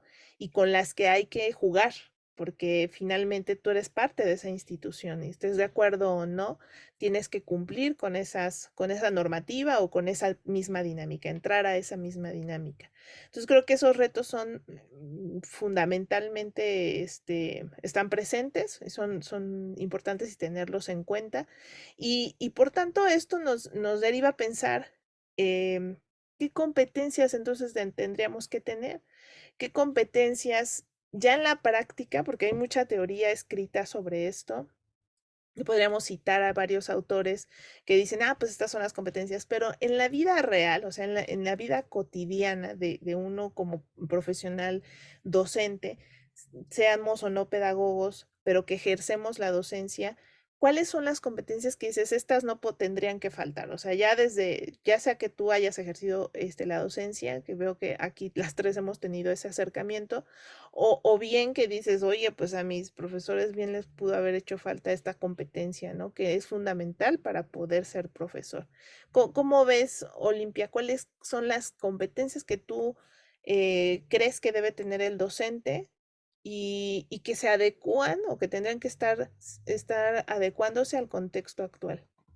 Lo primero que tenemos que tomar en cuenta o en consideración una capacidad docente para la actualidad es el compromiso, ¿no? Si no hay un compromiso, pero un compromiso sí con la institución que nos está dando el empleo, por supuesto, pero sobre todo con los alumnos, ¿no? Creo que también se ha desvalorizado el vínculo que se tiene o la importancia del vínculo docente-alumno, el impacto que puede llegar a tener un buen docente o un mal docente en la vida de un alumno es muy importante. Entonces, ese compromiso del docente hacia sus alumnos es uno de los principales actitudes o actitudes que creo que un docente hoy en día debe tener. Pero también tener en cuenta que la docencia es un acto de amor, ¿no? O sea, ver la docencia desde el amor, desde de verdad, amo mi profesión, amo dar mi clase, amo estar al pendiente de cada uno de mis alumnos, porque la verdad es que si uno tiene esa vocación, ese sentimiento de cariño por la docencia, entonces puede hacer mucho por sus alumnos y por sus alumnos, ¿no? Porque al final les va a brindar un espacio donde ellos se sientan en confianza, donde ellos sientan identidad, donde ellos sientan pertenencia, donde sientan tranquilidad, e incluso puedan abrir sus mentes más desde las habilidades emocionales del docente para el aprendizaje. Entonces, si el alumno se siente de esta manera dentro de un aula amorosa, voy a llamarla de esta manera, entonces su aprendizaje fluirá de una manera mejor. Que si se siente en una aula estresante, que se siente en un momento como, es que no quiero ir porque el maestro, la maestra me violenta de tal forma, digo, a lo mejor un alumno no puede expresarlo de esta manera, o a lo mejor sí, no sé. Pero aunque no lo expresen de esta forma, decir no quiero ir a la escuela o mis compañeros, no sé, sufro de bullying y el maestro no hace nada, la maestra no hace nada, entonces creo que si uno ama esta parte de la docencia, tiene ese amor por la vocación y la vocación de la docencia, entonces la verdad es que es algo muy necesario en los docentes, porque no es nada más cobrar, no es nada más disfrutar del día del maestro, de las muestras de cariño que nos tienen, sino también en nosotros brindarles a través de Pues todos estos procesos que ya hemos revisado en nuestra plática, brindarles herramientas, no solo emocionales, pero también brindarles herramientas de aprendizaje y de autoconocimiento, ¿no? Porque si bien los alumnos llegan a una historia de vida, también llegan a un momento de su vida en relación con el docente que están formando su identidad. Entonces, el que se les pueda brindar esta herramienta, pues para ellos es maravilloso porque lo pueden aplicar y pueden enfrentar la adolescencia, por ejemplo, desde otro ángulo, desde otro punto de vista, ¿no? Por ejemplo, yo me acuerdo que cuando yo era adolescente, y tenía estos cambios hormonales, ¿no? Que de pronto estaba de buenas en la mañana y en la noche ya estaba de malas y durante todo el día pasaba por todas las emociones existentes y no entendía ni qué me pasaba. Nunca tuve a un docente que me explicara, no, pues mira, es que estás pasando por este proceso, sino más bien me topé con, pues son adolescentes, ¿no? O sea, es normal que les pase eso. Y creo que desde esa perspectiva, al que uno les brinde este espacio de, pues, de reconocimiento, de amor, no decir, pues sí, mira, estás pasando por este proceso, es normal, tranquilo, tranquila, en que te puedo apoyar, te escucho, claro, sin descuidar la parte académica, ¿no? Porque es el principal papel de un docente, es algo muy importante en el aula que no se tiene y que no se retoma. Aunque claro, volvemos a las barreras institucionales, ¿no? ¿Cómo lo van a hacer docentes que tienen 45 alumnos y que tienen que cumplir el programa? ¿No? ¿En qué momento le van a preguntar cómo están? No se puede, ¿no? Hablo desde la experiencia que yo he tenido con grupos reducidos y ahí sí puedo aplicar esas estrategias, pero en una educación básica a nivel gobierno, a nivel público, tener grupos A, B, C, D hasta F con 45 alumnos, pues resulta imposible, ¿no? Y es cuando volvemos a esta parte de yo nunca voy a ser conductista, pero tienes 45 niños saltando que si no le pegas un grito, pues ya se subió a la mesa y ya se aventó y ya tal le pegó y ya le jaló el cabello y ya se perdió tal cosa. Entonces, es lo mismo, ¿no? La expectativa que se tiene de que el docente controle todas estas cuestiones y a la vez los padres de familia exigen que no haya gritos, por ejemplo, ¿no? Y entonces viene esta barrera institucional, pues como le hago para tener este control de grupo y evitar los accidentes? Y tengo 45 niños que no tienen un límite dentro del salón, ¿no? Necesito marcar la autoridad, que no es caer en autoritarismo de se tiene que hacer lo que yo digo, ¿no? Sino también evitar accidentes, seguir las reglas, dejarles como hay una semillita a los alumnos para que sigan adelante en sus vidas, pero sí creo que hace mucha falta esto en desde su realidad, ¿no? El amor por la ausencia. También la tolerancia a la frustración, ¿no? Porque eso también nos encontramos con frustraciones día con día, ¿no? Que quizá no vamos desde lo más sencillo. Yo planeé esta actividad, para mí era maravillosa y cuando la apliqué, pues fue lo más aburrido del mundo, ¿no? También hay que empezar a tolerar estas situaciones en las que los alumnos te ven con cara así como, ¿es en serio? O sea, ¿me vas a poner a hacer esto? Y uno lo planeó así, hasta está concentradísimo en la computadora y busco estrategias y videos y demás. Y cuando lo aplicas, llegas y te topas con un, ¿qué onda, no? ¿Por qué me estás poniendo esto? ¿Por qué? Qué aburrido. Vamos a... Y entonces, además de tolerar la frustración de no funcionó mi super estrategia, me tengo que aventar otra que me tengo que sacar ahorita porque ahorita tengo que cubrir lo que mi planeación no cubrió. Entonces, también la creatividad es algo que se tiene que fomentar y bueno, que nos vemos obligados a desarrollar, ¿no? Y conforme va pasando el tiempo y vamos tomando experiencias, de pronto sacamos alguna estrategia que a lo mejor no era la primera, lo que habíamos pensado, pero sí cumple con el objetivo, ¿no? Y pues ya, ahora voy a tener mi proceso de superar que mi super actividad no funcionó, ¿no? Tolerancia a la frustración también. Creo que paciencia. Paciencia es algo que también es muy importante tener, tanto con los alumnos, con los padres de familia y también con nosotros mismos, porque llegar a un punto en el que podemos reflexionar acerca de experiencias, acerca de las capacidades emocionales, cuesta trabajo, ¿no? Al principio, por supuesto, cuando todo docente inicia no tenemos estas herramientas, ¿no? Las vamos adquiriendo, las vamos formando a través del proceso, a través de la experiencia, a través de las actividades, a través de lo que vamos viviendo. Entonces vamos creando todas estas habilidades en nuestro ser, en nuestra práctica docente. Pero también escucharlo, ¿no? Como si alguien va empezando en la docencia y escucha que necesita todas estas eh, actitudes, todas estas actitudes y desarrollar todo esto, pues creo que les podría como dar una línea sobre que entonces no es que yo esté mal, es que no estoy paciente, ¿no? A lo mejor al inicio de curso, ¿no?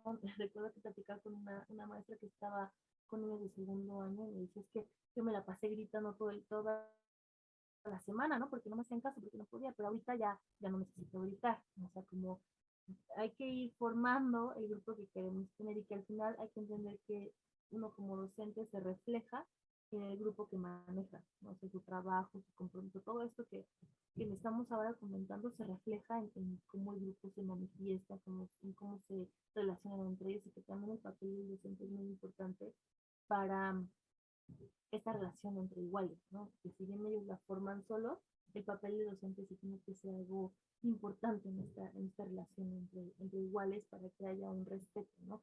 Ahora creo que también es importante que el docente fomente, practique en sí mismo y en los demás los valores, ¿no? Tales amistad, respeto, tolerancia a las personas, porque obviamente como docentes no siempre le vamos a caer bien a nuestros alumnos, ¿no? Y no siempre nuestros alumnos nos van a caer bien.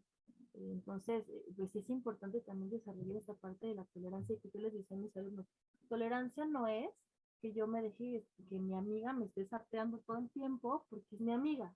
No, eso no es tolerancia. Tolerancia es entender que si a mí me gusta el rosa y a ella el rojo, pues está bien, ¿no? Y a mí no me gusta el rojo, me choca, pero pues ella sí, y entonces yo tengo que tolerar aunque a mí no me guste. Pero no quiere decir que como es mi amiga, me puede pellizcar, me puede pegar, me puede hacer de todo porque yo soy tolerante, ¿no? O sea, como también esa disyuntiva de mostrarles la línea de los valores para que se practiquen, ¿no? Es que también, pues, eh, no rendirse, ¿no? La resiliencia, decíamos, nuevo, porque siempre hay un proceso difícil en la docencia. Ya sé que nos topemos con un administrativo complicado, que tengamos algún compañero difícil o compañera, que tengamos un alumno con necesidades especiales y no tengamos la capacidad, porque también hay que reconocerlo, de satisfacer estas necesidades, o que tengamos un caso con algún padre de familia, ¿no? O sea, también es importante esta tolerancia a la frustración de sí soy comprometida, sí amo mi profesión, pero hay ciertos límites que ya no voy a poder pasar y que yo ya no puedo hacer nada más, ¿no? Y que esto también lo da la experiencia, ¿no? Porque cuando uno empieza a ser docente y empieza a aplicar todas estas técnicas, investigar los resultados, pues uno piensa que va a poder hacer maravillas por el mundo, es verdad, ¿no? O sea, a mí me pasó, uno se compromete y está y todo, y de pronto llega un momento en que ya no hay más que hacer, o sea, ya no se puede hacer más. Y también es volver a tolerarse la frustración, porque aunque uno quiera hacer y apoyar y todo, va a depender del docente como tal, ¿no? Hasta dónde llega y dónde está el límite del papel del docente en la vida de un alumno, en la vida de un padre de familia, ¿no? ¿Dónde está esa línea en donde el docente ya no tiene más función? Porque aunque sí es un ámbito muy amplio y el docente tiene una injerencia muy grande, tanto en alumnos como padres de familia y en su entorno, hablando también desde la pedagogía, también hay un límite, ¿no? También hay un límite para las capacidades docentes. Entonces, también conocer nuestras limitantes, es decir, hasta aquí yo no puedo ya hacer más, eh, aunque yo quiera, aunque esté comprometida, aunque yo tenga todas estas capacidades que ahora platicamos, también conocer dónde está el límite es importante, porque si no llegamos a muchos espacios de frustración, de enojo, pues de ya no tener resultados que nosotros queremos, ¿no? Pero sí creo que esto es lo principal que nos hace falta como docentes, ¿no? Desarrollar y tener en cuenta que aunque seamos docentes experimentados, nunca dejamos de aprender. Siempre hay alguien que nos está enseñando, siempre hay algo que nos detona investigar otra cosa, siempre hay algo nuevo que aprender, ¿no? Entonces creo que también es importante que el docente no pierda la capacidad de aprendizaje, ¿no? Porque no que nos sentemos en una silla de decir, bueno, ya, soy docente, ya llevo 80 años de experiencia, ya, o sea, ya me sé las estrategias, ya apliqué esto, yo puedo solucionar todo, ¿no? O sea, creo que es siempre mantener la mente abierta a crecer, a conocer nuevas anécdotas, nuevas experiencias y también dialogar con nuestros pares, a dialogar con nuestros compañeros y compañeras docentes, porque a lo mejor puede ser que yo ya tengo tantos años de experiencia, pero llega alguien nuevo y tiene otras ideas que puedo complementar con mi experiencia, ¿no? Entonces, siempre el estar abierto a escuchar y aprender, sobre todo aprender. Creo que también algo muy importante en el docente es nunca perder esa capacidad de ser estudiante él mismo, ¿no? O sea, de seguir aprendiendo nuevas estrategias, nuevas técnicas, no sé, nuevas formas de dar la clase, con nuevos aparatos, con las nuevas tecnologías, de estar como en contacto con lo que los alumnos y alumnas están en contacto ahora, ¿no? Es también formar parte de lo que ellos viven día con día. Por supuesto, contextualizar o aterrizar al contexto que se vive en el grupo, ¿no? Entonces, también es muy importante conocer las necesidades que nuestro grupo tiene. Si yo no sé que mi grupo es mayormente auditivo, pues yo me lo voy a pasar escribiendo todo el daño en el pizarrón y mis resultados nunca van a ser positivos. Pero en cambio, si yo me doy el tiempo de entender, de conocer y de reconocer a mis alumnos en su diversidad, puedo entonces encontrar estrategias que me ayuden a motivarlos y que logren un espacio en donde el aprendizaje y la enseñanza y el aprendizaje fluyan de una manera no forzada, ¿no? O sea, como que no se lo tengan que memorizar, sino que realmente estén construyendo aprendizaje desde lo empírico, o sea, desde lo que yo estoy viviendo, pero también desde lo que me ayuda a dar estructura al conocimiento, además de que estoy en un ambiente en donde me siento escuchada, donde me siento respaldada, en donde me siento que puedo ser yo misma y nadie me va a juzgar, ¿no? Digo, sé que suena muy utópico decirlo de esta manera porque nos encontramos con muchas barreras, pero también viniendo de la universidad, y es algo que a lo que me aferro mucho y no quito como el dedo de renglón, que me dijeron, si ustedes no creen en la utopía, pues si ustedes no piensan que se puede lograr algún día una utopía de esta forma, entonces cámbiense de carrera, ¿no? Así nos lo dijeron, me dio mucha risa y lo apliqué porque dije, sí es cierto, o sea, yo sí soy eh, como muy aferrada, como muy fantasiosa el hecho de sí lograrlo, ¿no? Así lograr el proceso, sí lograrlo desde el amor, sí lograrlo desde el entendimiento, la motivación. Y me he topado muchas veces en muchos ciclos escolares con muchos alumnos que no se puede, porque hay muchas barreras que salen de mis manos y que no tienen nada que ver con mi trabajo como docente. Pero al final, eso me ha dejado en experiencias, crecimiento, aventuras, cosas que después de aplicar que me ha pasado. Eh, Buenos recuerdos, algunos también no tan buenos, pero que me han dejado mucho aprendizaje. Entonces creo que si uno pierde esa capacidad de querer que sí salga bien la clase, el proceso, los alumnos, los padres, si uno pierde eso como docente, se pierde todo, porque de ahí viene el compromiso, el amor, todo. Si uno tiene como esa creencia de que realmente va a lograr algo positivo en sus alumnos, entonces pues ya empezamos, ¿no? Porque si uno piensa realmente, sí voy a lograrlo, sí voy a intentarlo, no me voy a dar por vencida, voy a intentar que en este grupo algo cambie, algo sea positivo, no ya sea, no sé, desde algo tan chiquito como que saluden en las mañanas, ¿no? Cuando llegan, que cuando se les diga buenos días, ellos digan buenos días, no, ya, es un pequeño logro que tengo como docente, como formador, como facilitador de herramientas. Y por supuesto también el reconocernos a nosotros mismos los pequeños logros que vamos teniendo día con día, ¿no? Porque quisiéramos ya tener, no sé, al representante en PISA, ¿no? La prueba de PISA en México, y lo formé yo soy su maestro, ¿no? Pero en realidad es ir reconociendo los pequeños logros que se van teniendo, como desde que buenos días, desde que empiezan la que nunca trae tarea o el que nunca trae tarea, hoy sí me la trajo, entonces bueno, tenemos un logro, ¿no? O el que siempre me dice que nunca entiende, hoy me dijo que entendió, ¿no? Entonces ya es un logro. Y también, ya como para terminar mi participación en esta pregunta, el dejarse apapachar también, ¿no? Porque a veces estamos tan inmersos en cumplir tantas expectativas que no nos creemos realmente la importancia y el impacto que tenemos, el trabajo que hacemos, ¿no? Si un alumno llega y me dice que quiero, a lo mejor lo tomamos como algo muy natural, pero darnos un momento y un espacio entre todo este caos de la docencia para reconocer el impacto que estamos teniendo en ellos y el sentimiento que ellos quieren expresarnos, ¿no? Desde lo que están viviendo y desde cómo se sienten cerca de nosotros en nuestra aula. Entonces, creo que eso sería como lo más básico, como no sé, como el paquete básico de docente para desarrollar pues en esta actualidad, porque bueno, y también investigar. Siempre hay que estar investigando y aprendiendo algo diferente sobre la pedagogía y no desligarla de la docencia porque sí creo que están así, ¿no? Muy unidas todo el tiempo y no se van a desligar. Aunque nosotros queramos decir, no es cierto, no vamos a hacer otra cosa. Sí, hay otras áreas de la pedagogía, por supuesto, pero la pedagogía está relacionada muy íntimamente con la docencia y la docencia debe estar muy íntimamente relacionada con la pedagogía. O sea, el pedagogo debe tener un papel fundamental en la educación formal, en la educación no formal y por supuesto en la educación informal que tenemos a nuestro alrededor. El papel del pedagogo en la sociedad es fundamental y que es otra cosa que la sociedad no reconoce, ¿no? Si uno le pregunta a cualquier persona en la calle, si hacemos uno de estos TikToks random que les preguntan, oye, ¿qué es un pedagogo? Pues van a decirnos, ¿no? Ah, pues cuidas a los niños, ¿no? Ah, niñera, esta parte del valor del pedagogo como el actor, una de las actores centrales de la educación en todos sus ámbitos. Ciertamente, has mencionado competencias muy, muy relevantes, en mi opinión, la cuestión de los valores, humanizar, esta cuestión también del compromiso, de la vocación y lo que acabas de mencionar, ¿no? También esta habilidad investigativa, ¿no? Que debemos tener presente en nuestra labor, porque ese espíritu investigador también nos da elementos para poder tomar decisiones mucho más asertivas a lo largo de nuestro ejercicio, en cualquiera de los momentos en los que nos encontremos de trabajo con nuestros estudiantes. ¿Cuáles son las competencias, Nadia, con las que tú estás de acuerdo de lo que acaba de mencionar Olimpia, pero también las competencias que para ti son fundamentales, que debe tener el profesional docente?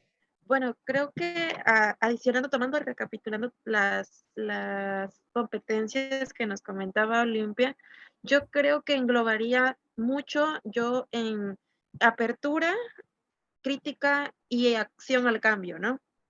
Entonces, yo creo que la apertura nos habla de muchas cosas, tanto desde hablando de el docente en la participación de educación básica hasta ya hablando de posgrados o investigación inclusive.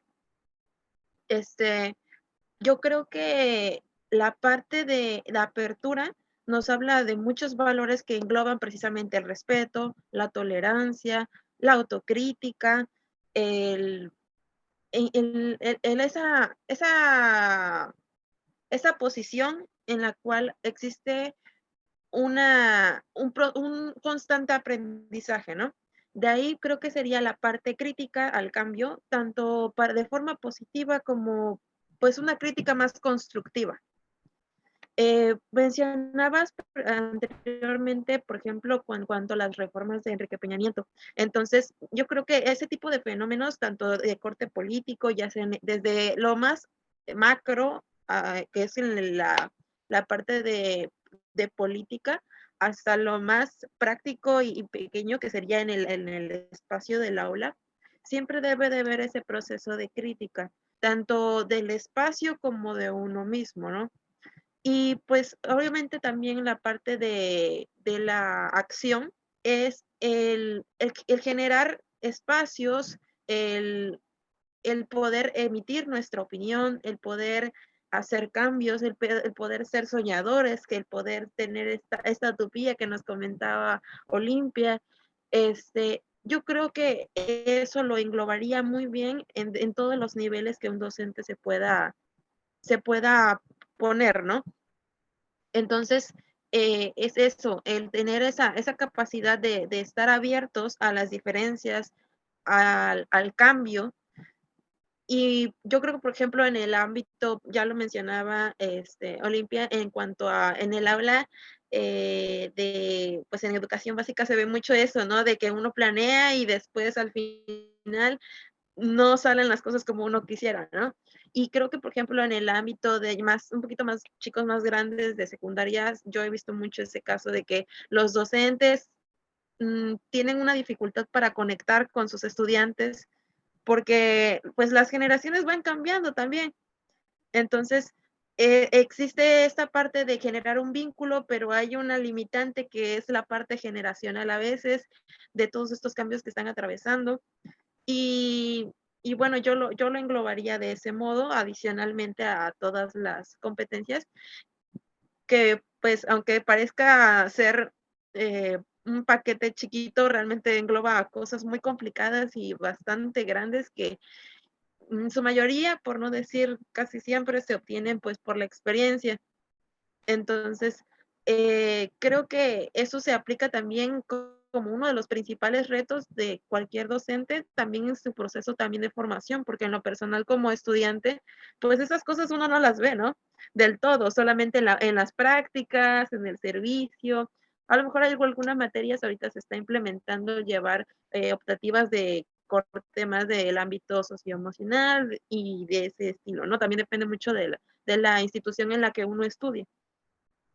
Pero hasta incluso hay un reto que se está viendo presente incluso en las mismas aulas de las personas que posteriormente van a ser docentes.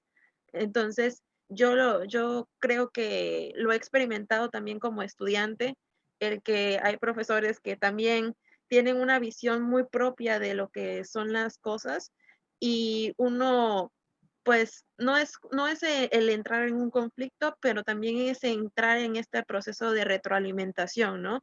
Cada quien con sus propias experiencias, sus propias ideologías, y creo que esto de tener una apertura y crítica y acción al cambio es lo que nos permitiría llegar más pronto a esta utopía de la cual estábamos hablando. Sí, yo creo que ahora que mencionas esta parte del pensamiento crítico, de la autocrítica, la autorrevisión, ¿no? De nuestro ejercicio, es fundamental también para como una competencia que no podríamos dejar de lado cuando ejercemos la docencia, ¿no? Es poder mirarnos, es tener la habilidad, pero también la disposición, yo diría sobre todo la disposición de mirar hacia adentro, de mirar nuestra práctica, de reconfigurarla las veces que se tenga que reconfigurar, de saber que no, efectivamente no somos perfectos, ¿no? Que estamos en este proceso de perfeccionamiento como profesionales y que en nuestras manos está también, hay mucha responsabilidad porque no solamente se trata de acreditar o de lograr que se acredite una asignatura, ¿no? De un plan de estudios X o de varios, porque a veces trabajamos en más de una escuela, en más de un programa, ¿no? Y en ese sentido se espera entonces que nuestro desempeño pues tenga una influencia que trascienda la vida de las personas, la vida profesional, porque pues bueno, yo lo centro en ese aspecto porque muchos años trabajé en educación superior, ¿no? Entonces, las personas con las que yo me topé en esta práctica docente, en los últimos años, yo creo que en una buena parte de la experiencia que tengo, pues tenían proyectos a futuro y tenían la intención de profesionalizar lo que hacían, ¿no? Que eran personas que ya tal vez se dedicaban a hacer lo que estaban estudiando, pero que querían profesionalizar su labor. Y entonces eso iba más allá todavía de la cuestión académica, ¿no? De solo aprender, sino que también tenía que ver con su proyecto de vida, tenía que ver con el desempeño o el ejercicio justamente de esa carrera en diversos espacios. Por mucho estuve trabajando en la carrera de pedagogía, principalmente, ¿no? O sea, mi experiencia se centra ahí, pero también tuve la oportunidad de tomar, eh, pues, parte en otras carreras, ¿no? Como administración, economía, este, eh, otra carrera que era contaduría, ¿no? Que eran básicamente las carreras que de pronto me tocaba de pronto tener alguna asignatura de tronco común o estas asignaturas que son como básicas de cuando llegas a la universidad. Entonces, la idea es que tu influencia, el papel que tú juegas dentro de esta formación de estos profesionales sí tiene un impacto a futuro. Cuando trabajas con adolescentes, creo que todavía más, y a ustedes mencionaban la cuestión de la revisión que de pronto debemos tener en el aspecto socioemocional. Creo que otra competencia es el hecho de también hacer esta introspección sobre nuestras habilidades socioemocionales, cómo nos comunicamos con ellos, cómo nos relacionamos, la habilidad comunicativa también, o sea, desde dónde establecemos este contacto con ellos y ellas y cómo es que nuestra comunicación fluye o cómo es que incluso construimos estos espacios dialogantes en el aula o fuera incluso del aula, ¿no?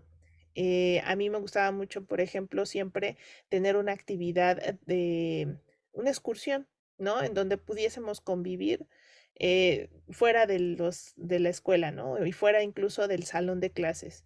Y alguna vez un par de alumnos y alumnas me preguntaban, ¿y usted por qué hace eso? O sea, ¿por qué hace eso de traernos a salir al museo por qué tendríamos que salir e ir de viaje a algún lugar o visitar algún espacio? Este, pues lejos de la escuela, esto como para qué, ¿no? O sea, a algunos les despertaba esa curiosidad y yo decía, es que hay una parte formativa que tiene que ver con la persona, con sus emociones, con la recreación, o sea, recrear también es parte fundamental de nuestro desarrollo. A veces se nos olvida que también jugar, que también divertirnos, que pasarla bien, convivir también es parte de este proceso formativo. O sea, esta convivencia es necesaria porque va siendo más sólida la convivencia del propio grupo, la confianza que hay, va perfeccionando todas estas circunstancias que rodean el acto educativo, que no solamente tiene que ver con que el maestro sepa sobre la materia, ¿no? Y bueno, sea hábil metodológicamente hablando, sino que sea sobre todo un ser humano, o sea, que se pueda relacionar con empatía, que pueda mirar a sus estudiantes como lo que son, como personas con una historia detrás, con una historia que también les facilita aprender o les impide aprender, ¿no?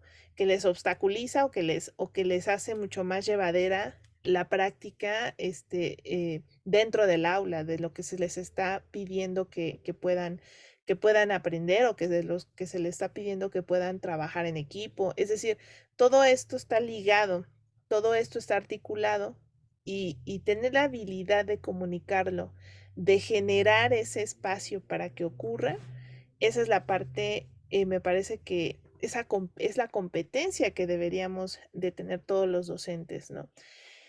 Pero estas competencias que tienen que ver con lo socioemocional, en mi opinión, creo que también se ven atravesadas em, por esta comprensión y por esta vocación que tenemos de lo que significa ser docente, ¿no? Y de estar dispuestos también a eso, porque ciertamente, o sea, no todas las veces se va a valorar, no todas las veces se va a pagar como uno quisiera, en el caso de la parte económica, y no todas las veces a lo mejor va a funcionar, ¿no? En el trayecto a lo mejor vamos a ver que habrá alumnos a los que eso no les importe, ¿no? A lo que lo vean como algo negativo, ¿no?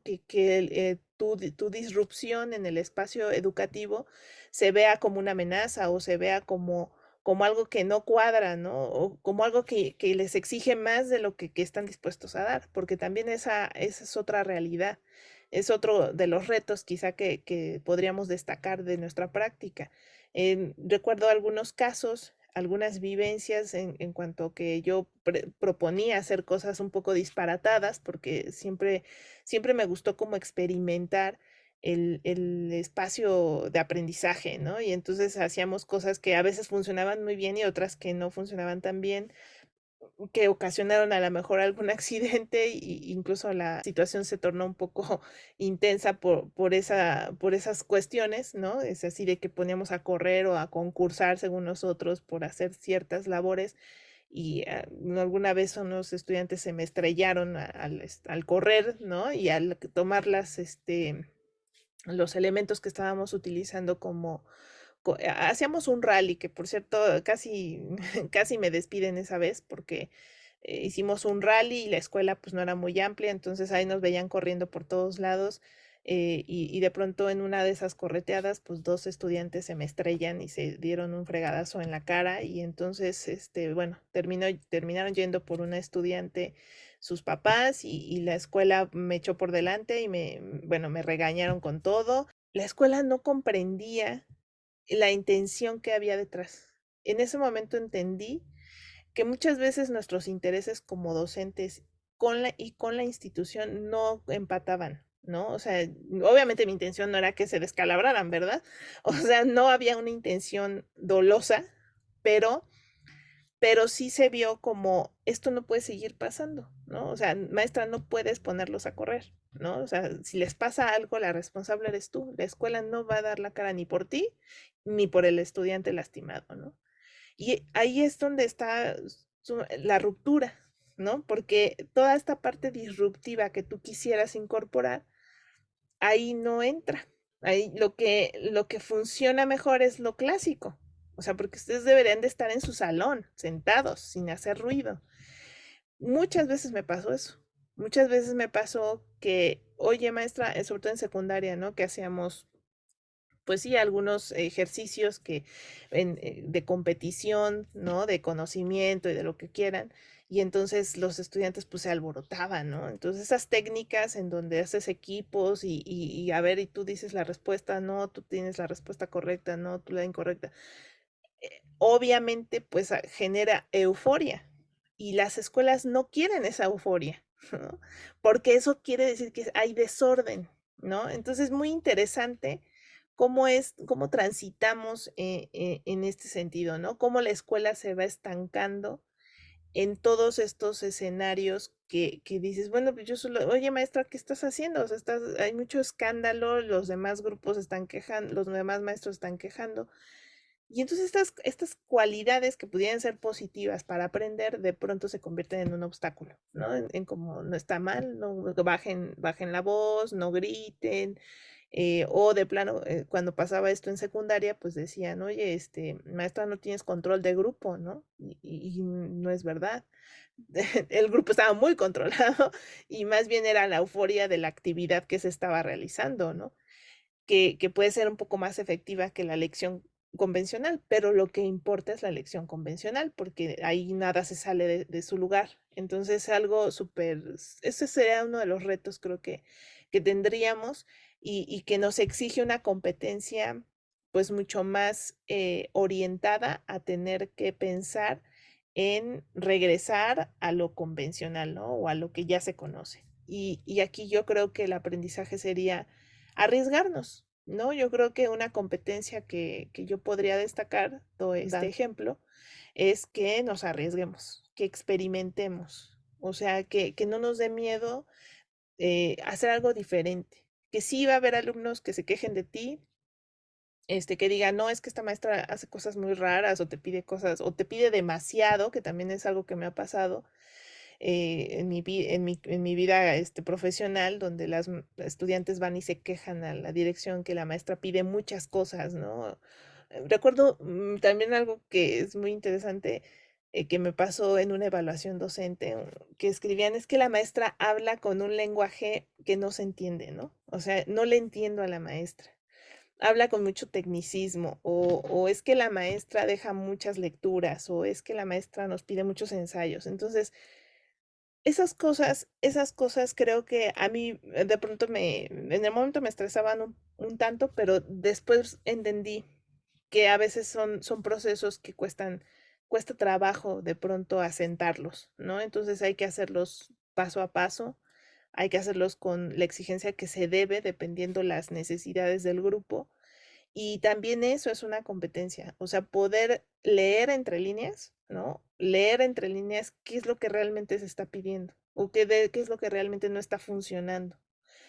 Quizás sí, eso sea un aprendizaje que la experiencia te lo va dando, ¿no? Que lo vas obteniendo con mayor facilidad una vez que pasas una y otra vez por estos ciclos y estas facetas, ¿no? Que tenemos como docentes. Entonces, bueno, después de hablar de comunicación, de hablar de valores, de hablar de disposición, de apertura, creo que otra competencia que no podría faltar a un docente es es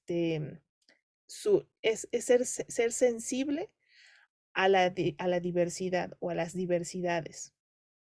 Creo que hoy en día una habilidad o una competencia que muchos maestros no tienen, yo diría de la vieja escuela, porque también los casos que hemos visto en redes sobre maestros que un poco están violentando los derechos de los estudiantes, ¿no?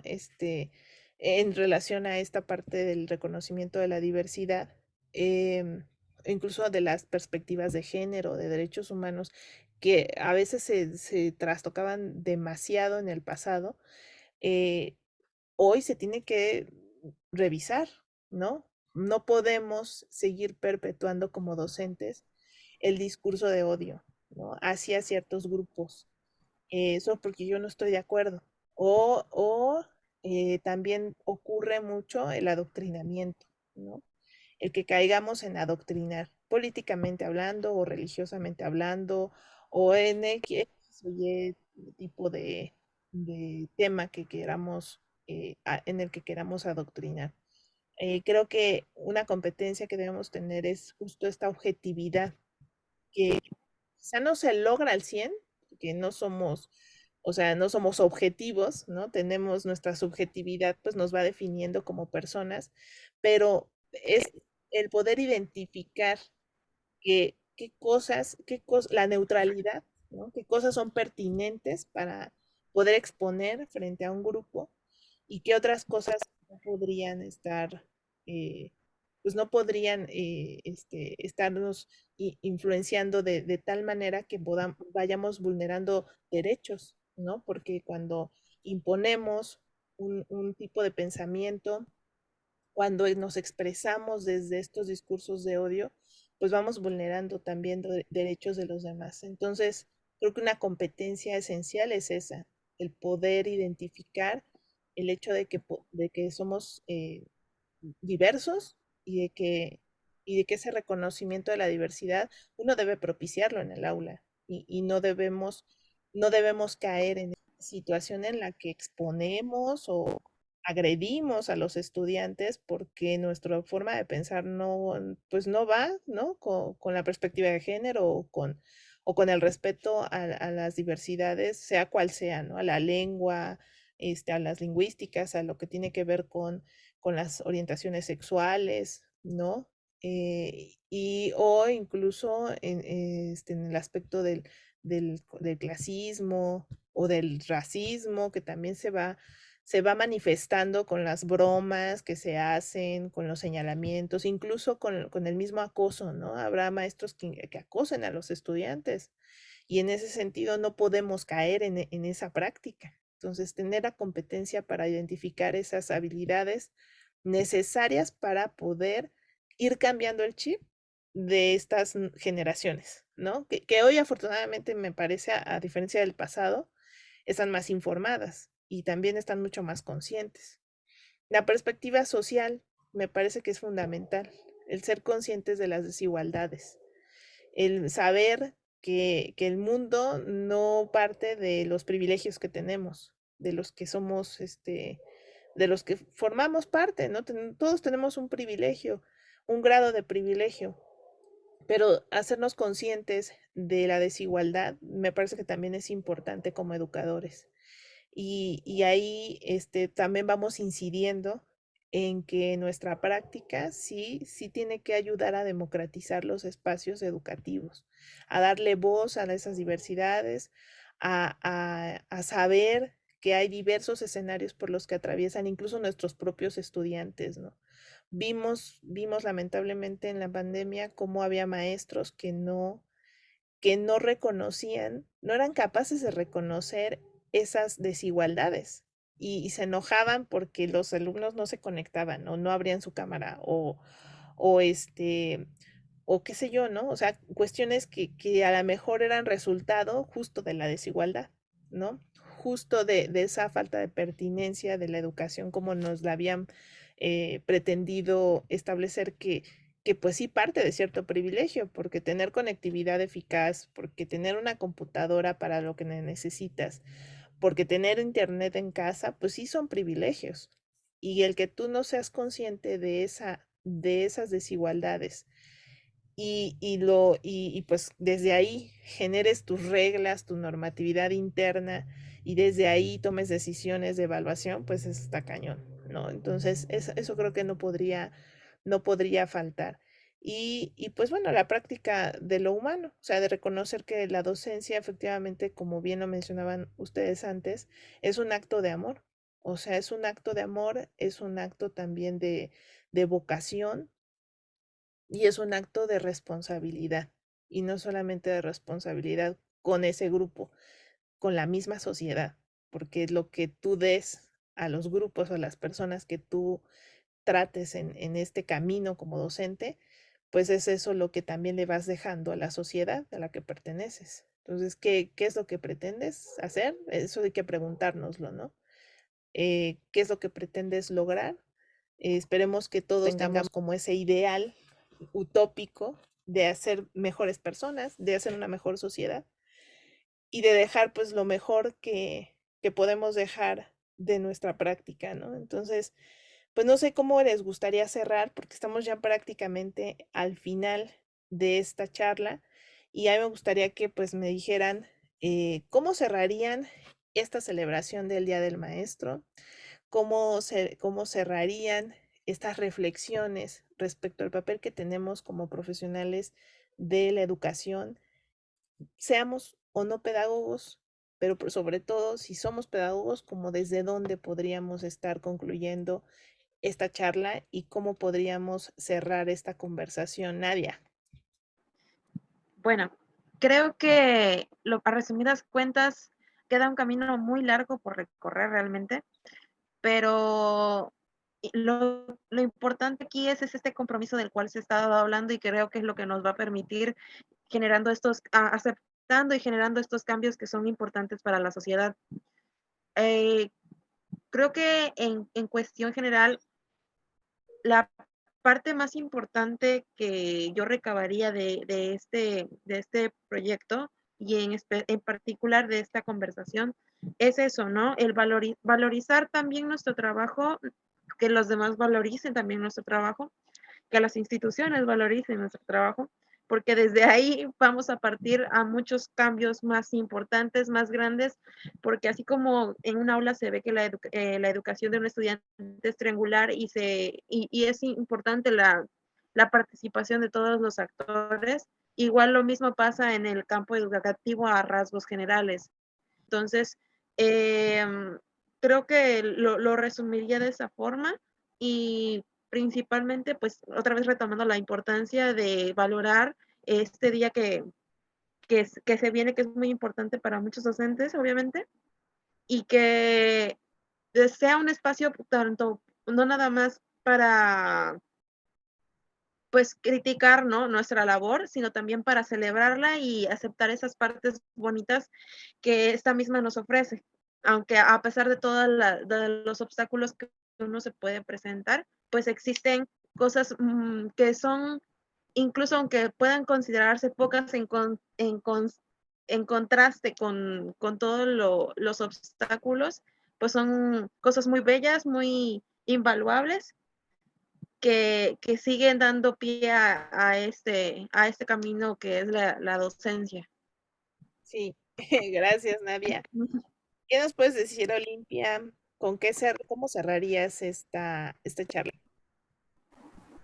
Pues yo creo que haría como retomaría la importancia de sí valorizarnos como funcionaria, nosotros mismos también, ¿no? Porque es cierto que en pro de cumplir todas las exigencias que tenemos como docentes, ¿no? Entre la sociedad, la autoridad, el alumno, el padre y hasta las de uno mismo, ¿no? Porque uno mismo también se va creando expectativas de lo que una misma puede llegar a lograr, ¿no? Lo que quisiera lograr, ¿no? Entonces, creo que en esta celebración, justo sí, hay que celebrar la importancia del docente, la labor que lleva a cabo, pues sí, ¿no? La decisión, la vocación que día con día tiene de seguir adelante y seguir fomentando este compromiso y seguir con este ideal de crear un cambio en las personas, ¿no? Seguir alimentando este ideal. Entonces creo que este día hay que celebrar mucho nuestro papel en la sociedad y,